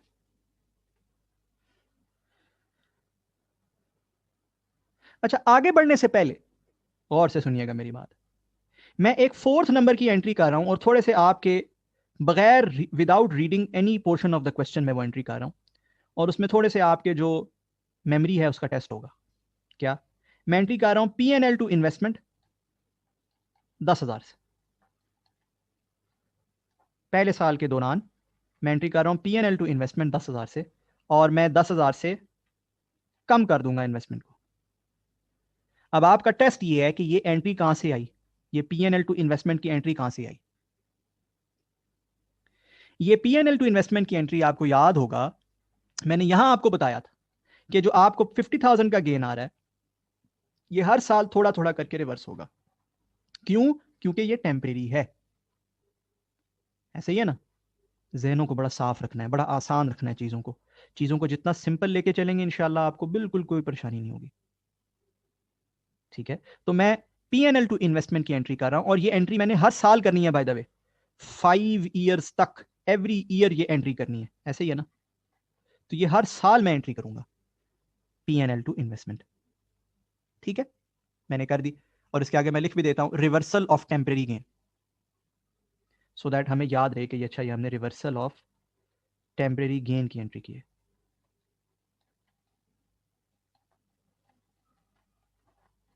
जो हमें शुरू में गेन आया था उसकी एंट्री हुई है। ठीक है जी, ये बात भी समझ आ जाती है।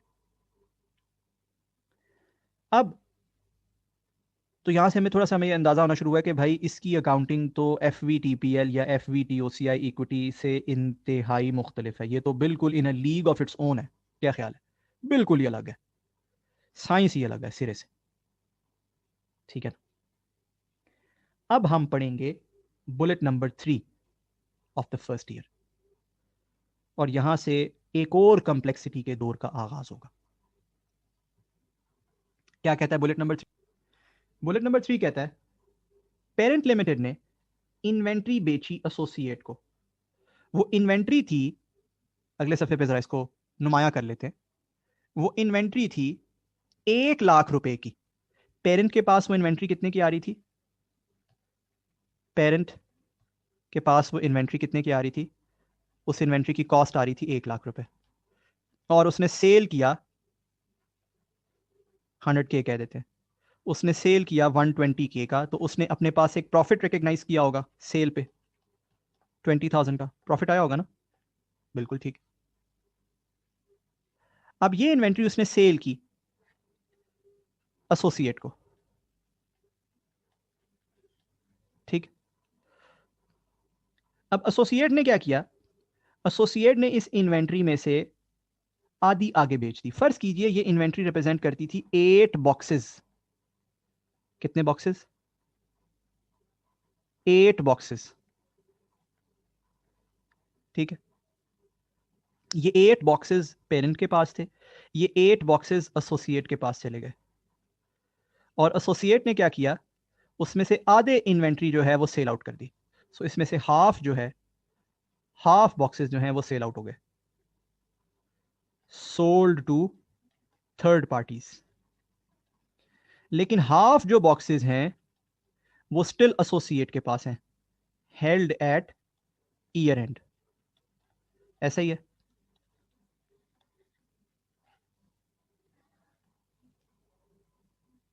अब स्टैंडर्ड सेटर्स इसमें एक और इशू निकालते हैं।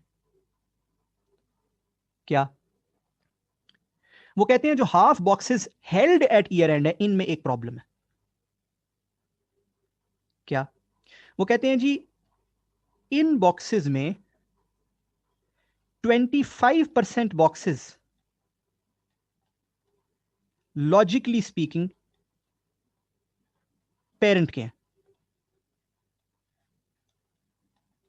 क्यों ऐसा कहते हैं वो? इसलिए कि जी 25% होल्डिंग पेरेंट की है। अच्छा, लिहाजा वो ये कहते हैं कि 4 बॉक्सेस हैं, तो 4 में से 25% क्या बनता है? 1 बॉक्स। ये वाला बॉक्स कह दें हम, ये जिसको मैंने थोड़ा सा शेड किया है, डायगोनल लाइंस लगाई हैं इसमें, 1 बॉक्स बनता है ना? तो टेक्निकली स्पीकिंग 1 बॉक्स बनता है। अच्छा, वो कहते हैं भाई ये जो 1 बॉक्स है ये इस सेल से पहले भी पेरेंट का था।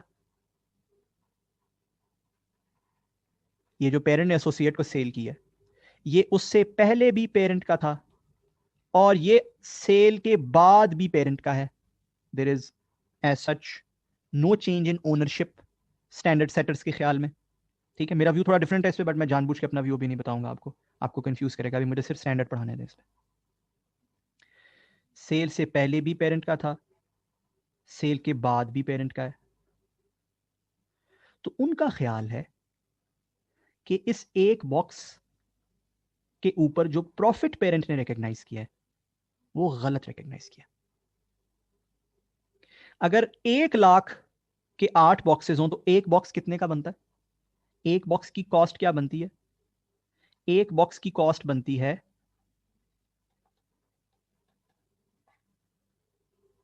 12,500 रुपए, है ना? और अगर 8 बॉक्सेस एक 20 के बेचे जाएं तो एक बॉक्स की सेल प्राइस क्या बनती है? 15,000 रुपए। यानी कि एक बॉक्स पे उसने प्रॉफिट कमाया है 2,500 रुपए का। स्टैंडर्ड सेटर्स कहते हैं ये पेरेंट ने गलत किया है, ये पेरेंट ने झूठा मुनाफा कमाया है। This is artificial. Why it is artificial? Because ये एक बॉक्स इस सेल से पहले भी आपका था और ये इस सेल के बाद भी आपका है। ये ईयर एंड पे स्टिल आपका है। जब कोई इन्वेंट्री स्टिल आपके पास होती है तो इन्वेंट्री को तो आप लोअर ऑफ कॉस्ट और एनआरवी पे रखते हैं, आप इन्वेंट्री की वैल्यू बढ़ा तो नहीं सकते। क्या ख्याल है?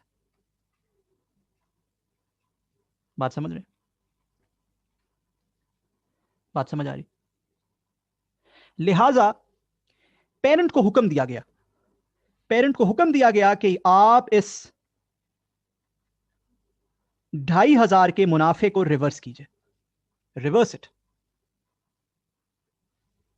आई होप आपको लॉजिक, इस हुक्म की लॉजिक समझ आ गई है। पेरेंट से कहा गया कि तुमने जो ये 2,500 का मुनाफा रिकॉग्नाइज किया है ये झूठा है, आर्टिफिशियल है, गलत है, इसको रिवर्स करो। लिहाजा पेरेंट्स आप इसको रिवर्स करते हैं? बिल्कुल करते हैं। इस प्रॉफिट को पेरेंट्स जो है वो रिवर्स करता है। ठीक है, इसकी जर्नल किया जाता है जी P&L डेबिट 2,500 से। ठीक है, क्रेडिट व्हाट? प्रॉब्लम है ना, accounting is always driven by double entries.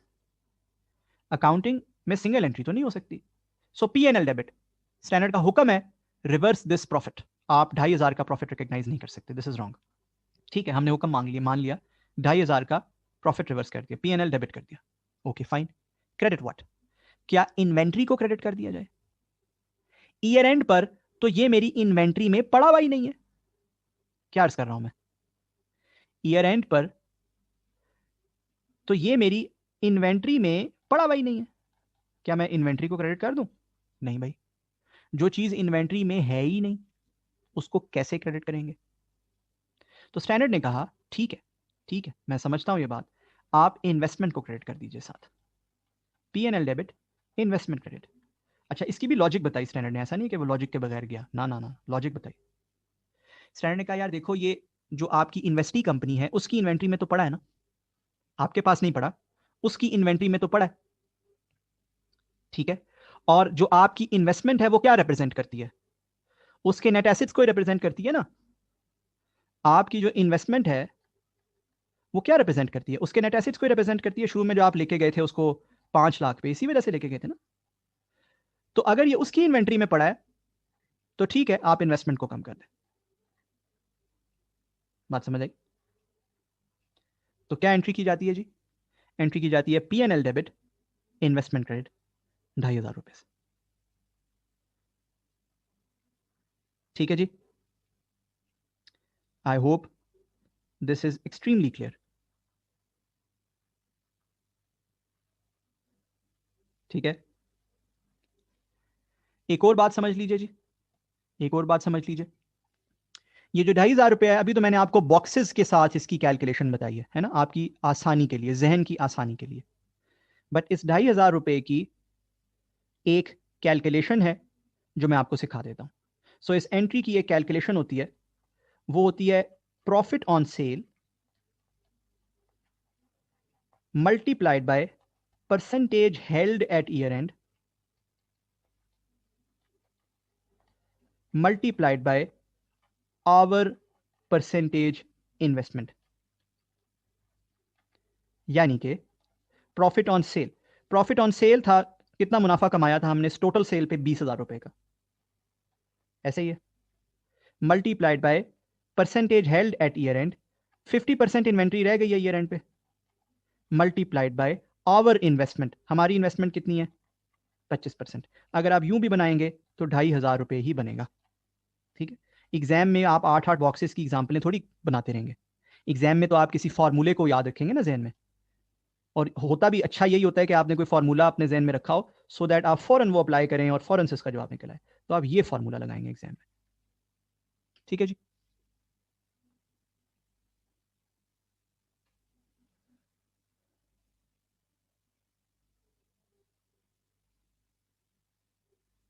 यहां तक इसको 1 मिनट के लिए पॉज कीजिए और तसल्ली से देखिए। ठीक है जी, आई होप आपने आप सब ने इसको देखा है। अच्छा, कुछ बड़ी मज़ेदार बातें इस के हवाले से। पहली बात तो ये कि अक्सर इसको जब किताबों में पुकारा जाता है और इसको लिखा जाता है तो इसे लिखा जाता है unrealised profit on sale of inventory के नाम से। ठीक है, सो जस्ट आपको कोई कंफ्यूजन ना हो, ये unrealised profit on sale of inventory के नाम से पुकारा जाता है किताबों में, एग्जाम्स में, अक्सर एग्जाम के जवाबों में, जाहिर है सवालों में तो सिर्फ बताया होगा कि there has been a sale, पहली बात। दूसरी बात ये कि ये जो एंट्री है ये टेम्परेरी है, ये रिवर्स हो जाएगी फ्यूचर में। अच्छा, क्यों रिवर्स हो जाएगी फ्यूचर में? भाई ये इन्वेंट्री एसोसिएट ने, जैसे ये वाली इन्वेंट्री एसोसिएट ने थर्ड पार्टी को बेच दी है, क्या ये वाली इन्वेंट्री एसोसिएट कभी थर्ड पार्टी को नहीं बेचेगा? बेच देगा ना, कभी ना कभी तो एसोसिएट सारी इन्वेंट्री थर्ड पार्टी को बेच देगा, हो सकता है अगले साल ही बेच दे। तो उस वक्त इस एंट्री को रिवर्स कर दिया जाएगा, जब एसोसिएट बेचेगा उस वक्त इस एंट्री को रिवर्स कर दिया जाएगा, इन्वेस्टमेंट टू पीएनएल कर दिया जाएगा। ठीक है जी, ये भी आसान है, ये भी कोई मुश्किल नहीं। ठीक है ना। तीसरी बात बच्चे ये पूछते हैं कि यार ये पीएनएल की कौन सी लाइन में जा रहा है? ठीक है, स्टैंडर्ड तो पीएनएल कह देता है, बट बीइंग अकाउंटेंट्स हमने पीएनएल की किसी लाइन में डालना है। तो उसका जवाब है वही line where the gain on sale was recorded. ठीक है, same line in which gain on sale of inventory, gain on sale of inventory was recorded. अब स्टूडेंट्स कहते हैं यार gain on sale of inventory तो ग्रॉस प्रॉफिट में record होता है, gain on sale of inventory कहां नजर आता है भाई? ग्रॉस प्रॉफिट में, sale less cost of sale में, है ना। और ग्रॉस प्रॉफिट तो एक सब टोटल होता है, वो तो कोई लाइन नहीं होती।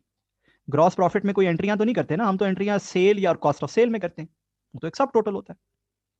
तो फिर बच्चे फिर पूछते हैं भाई किस लाइन में है? तो उसका जवाब है, उसका जवाब स्टैंडर्ड में नहीं है, उसका जवाब अकाउंटिंग की ट्रेडिशन में है, जो आपको तमाम किताबों में भी नजर आ जाएगा, सजेस्टेड सॉल्यूशंस में भी नजर आ जाएगा, और वो ट्रेडिशन आपको प्रैक्टिस में भी नजर आ जाएगा। ऐसे ही करते हैं, मैंने खुद अपने सामने इक्विटी अकाउंटिंग करवाई हुई है ग्रुप्स में।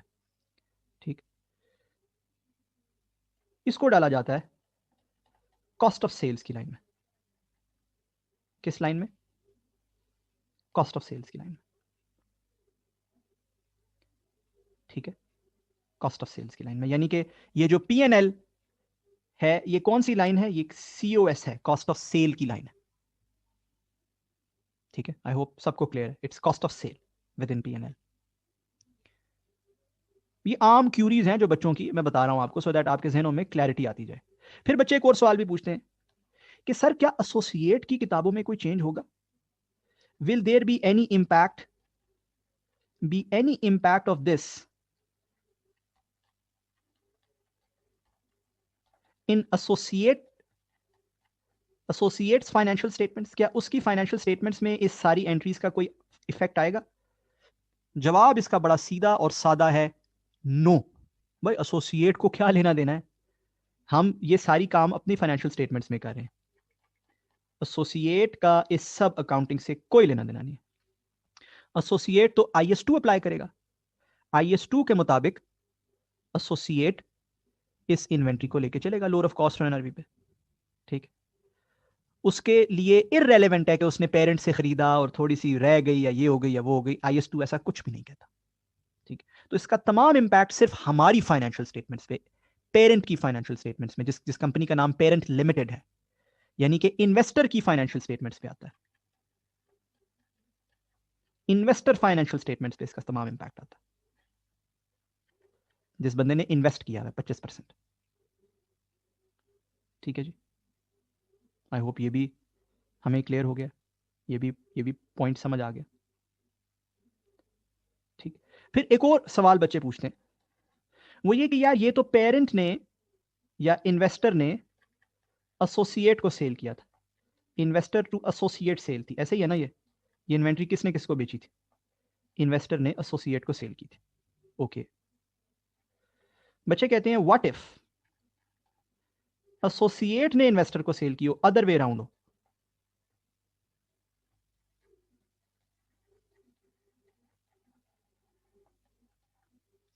बात समझ आई?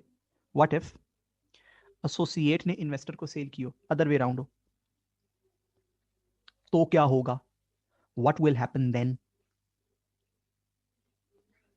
उसका जवाब है बहुत सिंपल। अगर यही एसोसिएट ने इन्वेस्टर को सेल की हो तो भी इस पे अनरियलाइज्ड प्रॉफिट आएगा, और सेम फॉर्मूला से आएगा। सेम फॉर्मूला, वो हमें बेचे या हम उसे बेचे, सेम अमाउंट आएगी, सेम फॉर्मूले से 2,500 का अनरियलाइज्ड प्रॉफिट आएगा। हाउएवर उसका जर्नल थोड़ा सा मुख्तलिफ होगा। उसका जर्नल होगा P&L टू इन्वेंट्री। अब ये काफी मुश्किल लगता है बच्चों को फर्स्ट साइट देखने में कि यार ये क्या एंट्री है। P&L to inventory, but 1 minute में इंशाल्लाह ये समझ आ जाएगा। देखिएगा कैसे। P&L टू इन्वेंट्री से क्या मुराद है? देखिए जी, जब हमने एसोसिएट को सेल किया था तो हमने कहा था जी हमने 2,500 का मुनाफा कमाया हुआ है, इसको रिवर्स करो। यही कहा था हमने। हमने 2,500 रिवर्स कर दिया। हम क्रेडिट करने लगे तो हमने कहा यार हमारे पास तो ये इन्वेंट्री पड़ी हुई नहीं है ईयर एंड पे, ये तो एसोसिएट के पास पड़ी हुई है, और एसोसिएट के जो भी नेट एसेट्स होते हैं वो हमारी इन्वेस्टमेंट में नजर आते हैं, तो इन्वेस्टमेंट को क्रेडिट कर दो 2,500 से। ठीक है, फाइन, बिल्कुल ठीक है। अब जब यही चीज हमें एसोसिएट ने बेची है तो जरा ट्रांजैक्शन का फ्लो देखिएगा। यही चीज जब हमें कौन सेल करे? एसोसिएट हमें सेल करे, तो जरा गौर से देखिएगा। इस पे मुनाफा आप किसने कमाया? प्रॉफिट किसने कमाया? एसोसिएट ने। अच्छा, एसोसिएट ने जब प्रॉफिट कमाया तो क्या एसोसिएट के प्रॉफिट का 25% हमारे पास आ जाता है? पहले हम कर चुके ना रिकॉर्ड अपने P&L में, कर चुके या नहीं कर चुके? बिल्कुल कर चुके। अच्छा, इसका मतलब है वो जो 25% प्रॉफिट हमारे पास आया है उसमें ये 2,500 वाला इंपैक्ट भी शामिल है, विच इज रॉन्ग। ओके, और ये इन्वेंट्री अब किसके पास पड़ी है ईयर एंड पर? इन्वेंट्री हमारे पास पड़ी है, एसोसिएट के पास तो नहीं पड़ी, ये तो हमारे पास पड़ी है। तो इसका मतलब हुआ इसकी एंट्री होगी P&L डेबिट, इन्वेंट्री क्रेडिट। तो जब इन्वेस्टर से एसोसिएट को सेल होती है तो एंट्री होती है P&L टू इन्वेस्टमेंट, और जब एसोसिएट से इन्वेस्टर को सेल होती है तो एंट्री होती है P&L to inventory. I hope ये बात आपको समझ आ गई। और उसकी यहां पे इन्वेंट्री क्रेडिट होने की रीजन बहुत सादी है कि इन्वेंट्री हमारे पास पड़ी है। पिछली एंट्री में इन्वेंट्री इसलिए क्रेडिट नहीं हुई थी कि हमारे पास इन्वेंट्री पड़ी नहीं थी। ठीक है ना जी? I hope this is clear. आखिरी बात फिर इस स्लाइड की, and then I ask you to pause for a minute and deliberate on this slide. वो ये कि बच्चे ये फिर पूछते हैं कि यार अच्छा, पिछली बार तो P&L में जो डेबिट हुआ था वो कॉस्ट ऑफ सेल में हुआ था, इस बार जो पीएनएल का डेबिट है वो किस लाइन में है? उसी लाइन में जहां हम एसोसिएट से आने वाला प्रॉफिट दिखाते हैं, the line where we show associate, where we show profit from associate. और मैंने अभी तक आपको उस लाइन का नाम नहीं बताया, ऐसा ही है। उस लाइन का स्टैंडर्ड ने एक खास नाम लिखा है, एक खास नाम रखा है। एसोसिएट से आने वाला तमाम प्रॉफिट स्टैंडर्ड कहता है एक खास लाइन में डाला जाता है, जिस लाइन का नाम स्टैंडर्ड ने रखा है share of profit of associate. क्या नाम रखा है स्टैंडर्ड ने? Share of profit of associate.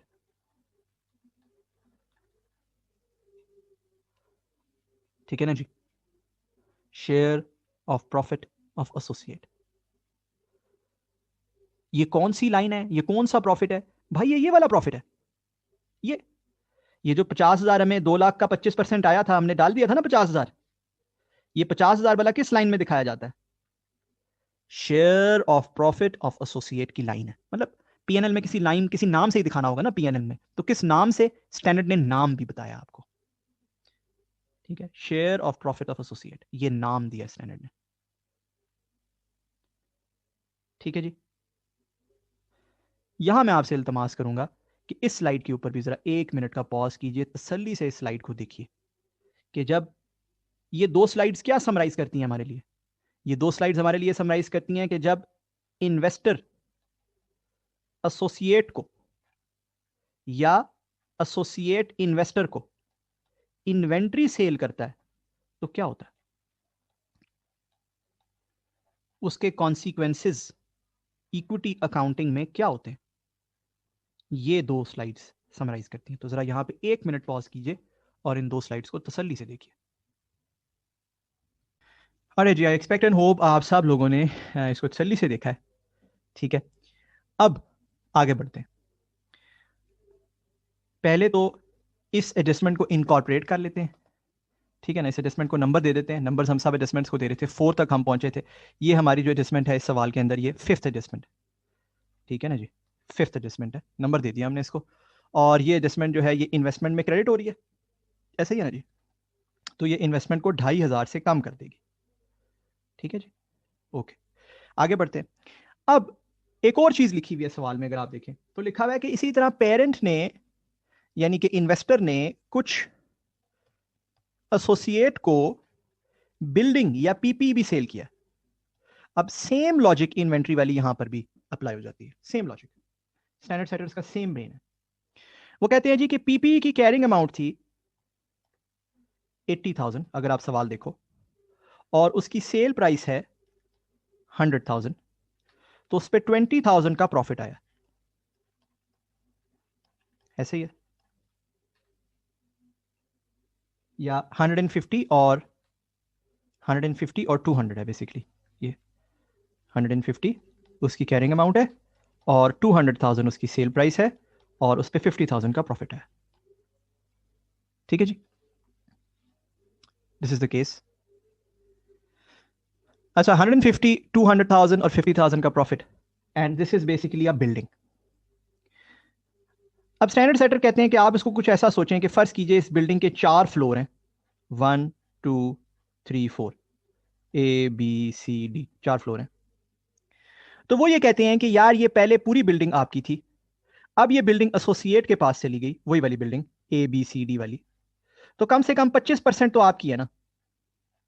यानी कि एक फ्लोर, अगर 4 फ्लोर हो तो 25% बनता है एक floor.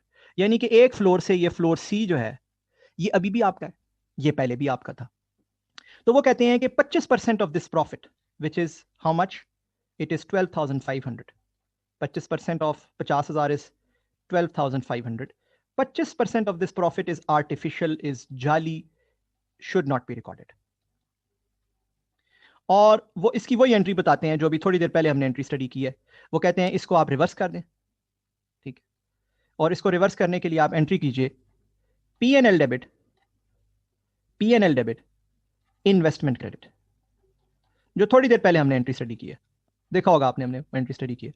PNL debit investment credit 12,500 से, कहता है 25% की हद तक आप इसको रिवर्स कर दें। ठीक, अब अगेन वो तमाम चीजें जो सेल ऑफ इन्वेंट्री के साथ मैंने आपको पढ़ाई, वो यहां भी लागू है, वो यहां भी लागू है। क्या क्या चीजें? क्या ये जो जर्नल है ये रिवर्स हो जाएगा? क्या ये टेम्परेरी जर्नल है? जी बिल्कुल ये टेम्परेरी जर्नल है। क्या ये जर्नल रिवर्स हो जाएगा? जी बिल्कुल ये रिवर्स हो जाएगा। अच्छा, कब रिवर्स होगा? कब रिवर्स होगा? जब ए ये बिल्डिंग एसोसिएट सेल कर दे। हो सकता है ना बिल्डिंग एसोसिएट आगे किसी को बेच दे, हो सकता है, नहीं हो सकता। या बी इस बिल्डिंग को एसोसिएट डेप्रीसिएट कर दे, या इस बिल्डिंग को एसोसिएट इंपेयर कर दे। इन अदर वर्ड्स, किसी भी तरह से एसोसिएट अगर इसकी कैरिंग अमाउंट को अपने पास से खत्म कर दे, कम कर दे, तो ये जो गेन का रिवर्सल है, ये जो एंट्री है, ये रिवर्स हो जाएगी। बात समझ आ रही? इसीलिए अगर आप विटनेस करो, गौर से देखो इस सवाल को, इसके फोर्थ बुलेट को, फर्स्ट ईयर के, तो आपको नजर आएगा कि इस बिल्डिंग की रिमेनिंग यूजफुल लाइफ 10 ईयर्स बताई हुई है। और कर रहे हो? साथ ही यह भी बताया हुआ है कि यह ट्रांजैक्शन हुई कब है? 1 जनवरी 2011 को हुई है। ये दोनों चीजें इसलिए बताई हुई हैं सो दैट इस एंट्री को फ्यूचर में जो हमने रिवर्स करना है, यानी कि इन्वेस्टमेंट टू पीएनएल, यही करना है ना हमने, इन्वेस्टमेंट टू पीएनएल करना है ना फ्यूचर में, रिवर्स जो करना है वो आप over the period when this asset is depreciated आप साथ साथ कर सको। यानी कि हर साल 1.25 थाउजेंड ये रिवर्स होती जाएगी। क्या ख्याल है? अगर 10 साल हो और 12,500 को रिवर्स करना हो तो 1.25 thousand every year this entry will be reversed. क्या ख्याल है? ऐसे ही है ना? है ना? आसान बात, कोई ऐसी मुश्किल बात नहीं है। अच्छा, फिर बच्चे पूछते हैं, वही जैसे मैंने सेल ऑफ इन्वेंट्री में आपको बताया, बच्चे पूछते हैं कि जी क्या इसको अनरियलाइज्ड प्रॉफिट या unrealised gain on sale of PP कहा जाता है? हाँ जी बिल्कुल, किताबों में इसे अक्सर unrealised gain on sale of PP two associate के नाम से लिखा जाता है। बिल्कुल ऐसे ही है, बिल्कुल सही है। ठीक है जी, आई होप ये भी क्लियर है आपको बात, ये भी कोई ऐसी मुश्किल चीज नहीं है। फिर बच्चे पूछते हैं कि यार ये पीएनएल की कौन सी लाइन है? ये जो हमने 12,500 रिवर्स किया, ये किस लाइन में रिवर्स किया? Which line of PNL? ये बेसिकली वो लाइन है जहां gain on sale of PP record किया जाता है। Gain on sale of PP generally किस लाइन में रिकॉर्ड किया जाता है? अदर इनकम में नहीं डाला जाता आमतौर पर। Gain on sale of PP आमतौर पर अदर इनकम में रिकॉर्ड किया जाता है। तो ये पीएनएल की कौन सी वाली लाइन है? ये अदर इनकम की लाइन है। अदर इनकम बेसिकली डेबिट हो रही है। आई होप ये बात भी आपको समझ आ गई। ठीक है, 3 बातें आसान समझ आ गई with regards to this gain as well या दिस रिवर्सल एज वेल। फिर बच्चे पूछते हैं कि क्या एसोसिएट की बुक्स में कोई एंट्री होगी? जैसे मैंने पहले आपको बताया, क्या एसोसिएट की फाइनेंशियल स्टेटमेंट्स पे कोई इफेक्ट आएगा? पहले भी मैं अर्ज कर चुका हूं, नो, नॉट एट ऑल। वो कहेगा भाई जाओ अपना काम करो, तुम पे IS-28 अप्लाई होता है, मेरे पे अप्लाई नहीं होता IS-28। जिसने इन्वेस्टमेंट की होती है दूसरी कंपनी में उस पे अप्लाई होता है IS-28। IS-28 की अकाउंटिंग मुझे मत बताओ। ठीक है जी, तसल्ली से इसको एक नजर देख लें, आसानी है, कोई ऐसा मुश्किल नहीं। इसके बाद हमने ये भी डिस्कस करना है कि अगर यही ट्रांजैक्शन अदर वे अराउंड हो, एसोसिएट टू इन्वेस्टर हो, तो क्या होगा। बट उससे पहले 1 मिनट इसको पॉज कीजिए, तसल्ली से इसको देखिए कि यार ये क्या ट्रांजैक्शन थी, क्या रिवर्सल हुई, और ये 4 बातें जो मैंने बताई हैं ये क्या है। देखिए जी। ठीक है जी, आई होप आप सबने इसको तसल्ली से देखा है। यहां से एक बड़ी मजे की बात हमें समझ आती है इन दोनों जर्नल्स को देखने के बाद, और इन दोनों जर्नल्स में ये फर्स्ट पॉइंट पढ़ने के बाद क्या चीज समझ आती है? समझ ये आता है कि ये तमाम जो एंट्रीज हम कर रहे हैं, पेरेंट ने एसोसिएट को सेल की, एसोसिएट ने पेरेंट को सेल की, लटम पट्टम ये वो, ये जो सेल्स हैं पेरेंट से एसोसिएट, एसोसिएट से पेरेंट की, इनमें जो भी एडजस्टमेंट्स होती हैं कि आरजी होती हैं। ये क्या होती हैं? आरजी। क्यों आरजी होती हैं भाई? पेरेंट ने एसोसिएट को बिल्डिंग सेल की, हमने कहा यार इस पे प्रॉफिट नहीं बनता, इस पे 25% प्रॉफिट जो है वो 12,500 की हद तक आर्टिफिशियल है, झूठा है, हमने खुद अपने आप से कमाया है। कोई भी बंदा खुद अपने आप से प्रॉफिट नहीं कमा सकता। मैं अपने एक पॉकेट से मोबाइल निकालूं और मैं कहूं जी ये 100,000 का फोन है, मैं अपनी दूसरी पॉकेट को 110 का बेच रहा हूं और कहूं जी मुझे बड़ा फायदा हो गया, मैं हंसना शुरू हो जाऊं कि जी मुझे 10,000 का फायदा हो गया, तो दिस इज रॉन्ग। ये तो सच नहीं है। ठीक है, लिहाजा ये तमाम जर्नल्स रिवर्स होते हैं। कब रिवर्स होते हैं? तब रिवर्स होते हैं जब ये एसेट बायर की बुक्स से एलिमिनेट हो जाता है, निकल जाता है। अब एसेट फॉर एग्जांपल इन्वेंट्री के केस में जो भी हमने थोड़ी देर पहले देखा, इन्वेंट्री, इन्वेंट्री के केस में 50% इन्वेंट्री एसोसिएट के पास से बिक चुकी थी, आधी रह गई थी। हमने कहा जब ये भी बिक जाएगी ना तो ये एंट्री रिवर्स हो जाएगी। Okay fine. बिल्डिंग के केस में भी सेम लॉजिक अप्लाई होती है कि अगर बिल्डिंग एसोसिएट अगले साल किसी और को बेच दे तो ये जो भी एडजस्टमेंट हमने की है ये रिवर्स हो जाएगी। Okay fine. लेकिन बिल्डिंग का बुक्स में से गायब होने का सिर्फ एक तरीका नहीं है, यानी कि किसी दूसरे को बेचने से सिर्फ बिल्डिंग कंज्यूम नहीं होती, खत्म नहीं होती।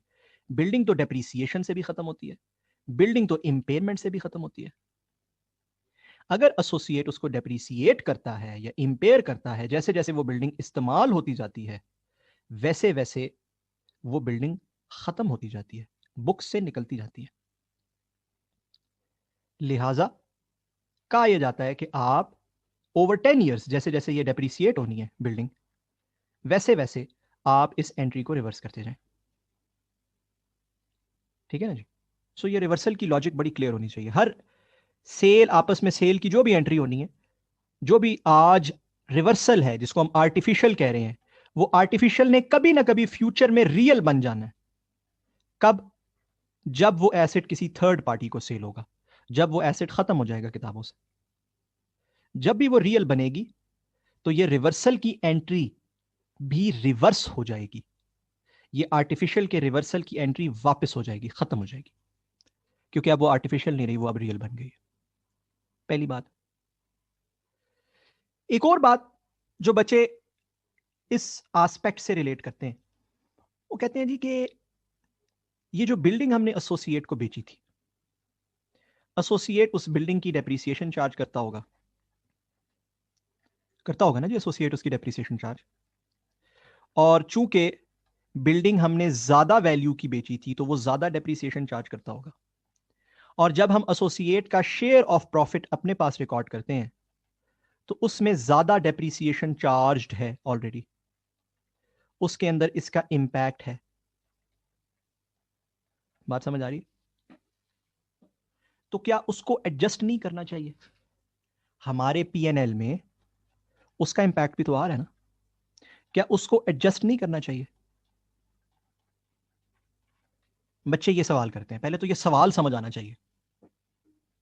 ठीक है ना? कि हो सकता है आप में से भी बहुत से लोगों के जहन में ये पॉइंट अराइज हुआ हो। याद रखिए जो रिवर्सल की एंट्री है, ये जो रिवर्सल की एंट्री है ये है ही ये एक्चुअली, ये क्या है? ये जो पीएनएल को आप 1.25 थाउजेंड से क्रेडिट कर रहे हैं, ये क्या है? ये उसी 12,500 की अगेंस्ट ही तो डेप्रीसिएशन हो रही है ओवर 10 ईयर्स। क्या है 10 ईयर्स? किसका पीरियड है? डेप्रीसिएशन का पीरियड है, राइट? तो जो रिवर्सल की एंट्री में मैं 1.25 थाउजेंड से क्रेडिट करता हूं PNL, reversal entry already takes care of this. जो मैं रिवर्सल की एंट्री में 1.25 थाउजेंड से क्रेडिट करता हूं PNL, PNL credit by 1.25 thousand, वो क्या है? वो यही तो है एक्चुअली। आई होप ये आपको क्लियर। ठीक है जी। आखिरी चीज कि जी अगर यही सेल जो इन्वेस्टर ने एसोसिएट को की, ये इन्वेस्टर ने एसोसिएट को ना की होती, स्टूडेंट्स पूछते हैं व्हाट इफ ये एसोसिएट ने इन्वेस्टर को की होती, तो क्या होता? एसोसिएट ने इन्वेस्टर को की होती तो क्या होता? सुन लीजिए, कोई बड़ी साइंस नहीं है, बिल्कुल जैसे इन्वेंट्री में था वैसे ही है। तो भी यही होता, तो भी ये अनरियलाइज्ड प्रॉफिट रिड्यूस किया जाता 12,500 का पीएनएल में से। बट क्रेडिट किसको किया जाता? पीपीई को क्रेडिट किया जाता। जैसे हमने इन्वेंट्री के केस में, इन्वेंट्री के जर्नल में इन्वेंट्री को क्रेडिट किया था, यहां किसको क्रेडिट किया जाता? पीपीई को क्रेडिट किया जाता। And why is that? Because associate ने अपने पास प्रॉफिट रिकॉर्ड किया था, और पीपीई किसके पास आया? अगर हम खरीदार हैं तो पीपीई किसके पास आया होगा? इन्वेस्टर के पास। अगर हम खरीदार हैं तो पीपीई किसके पास आया होगा? इन्वेस्टर के पास। लिहाजा जर्नल किया जाता है पीएनएल टू पीपी, और फ्यूचर में जब इसको रिवर्स किया जाएगा तो इसको रिवर्स किया जाएगा by doing PP to PNL हर साल 1.25,000। I hope this is extremely clear. और अगर आप इसकी लाइन पूछें कि ये पीएनएल में विच लाइन, तो जैसे मैंने आपको इन्वेंट्री में बताया था, सेम लाइन जहां पे एसोसिएट के प्रॉफिट्स दिखाए जाते हैं, सेम लाइन जहां इन विच एसोसिएट प्रॉफिट्स आर शोन। और उस लाइन का नाम भी मैंने अब आपको बता दिया है, उस लाइन का नाम है, क्या नाम है? Share of profit of associate. ठीक है जी। अगेन मेरी आपसे गुजारिश है, 1 मिनट इसको यहां पे पॉज कीजिए और तसल्ली से इसको जरा देखिए, अपने जहनों में इसको डाइजेस्ट कीजिए। तो हमने parent to associate and associate to parent inventory sale भी देख ली है, और parent to associate and associate to parent PP sale भी देख ली है। ठीक है, जरा इन दोनों कॉन्सेप्ट्स को अपने जहन में यहां पे एक मिनट पॉज करके इसको देखिए। ठीक है, investor to associate and associate to investor PP sale भी देख लिए। पॉज कीजिए जी और जरा तसल्ली से इसको देखिए।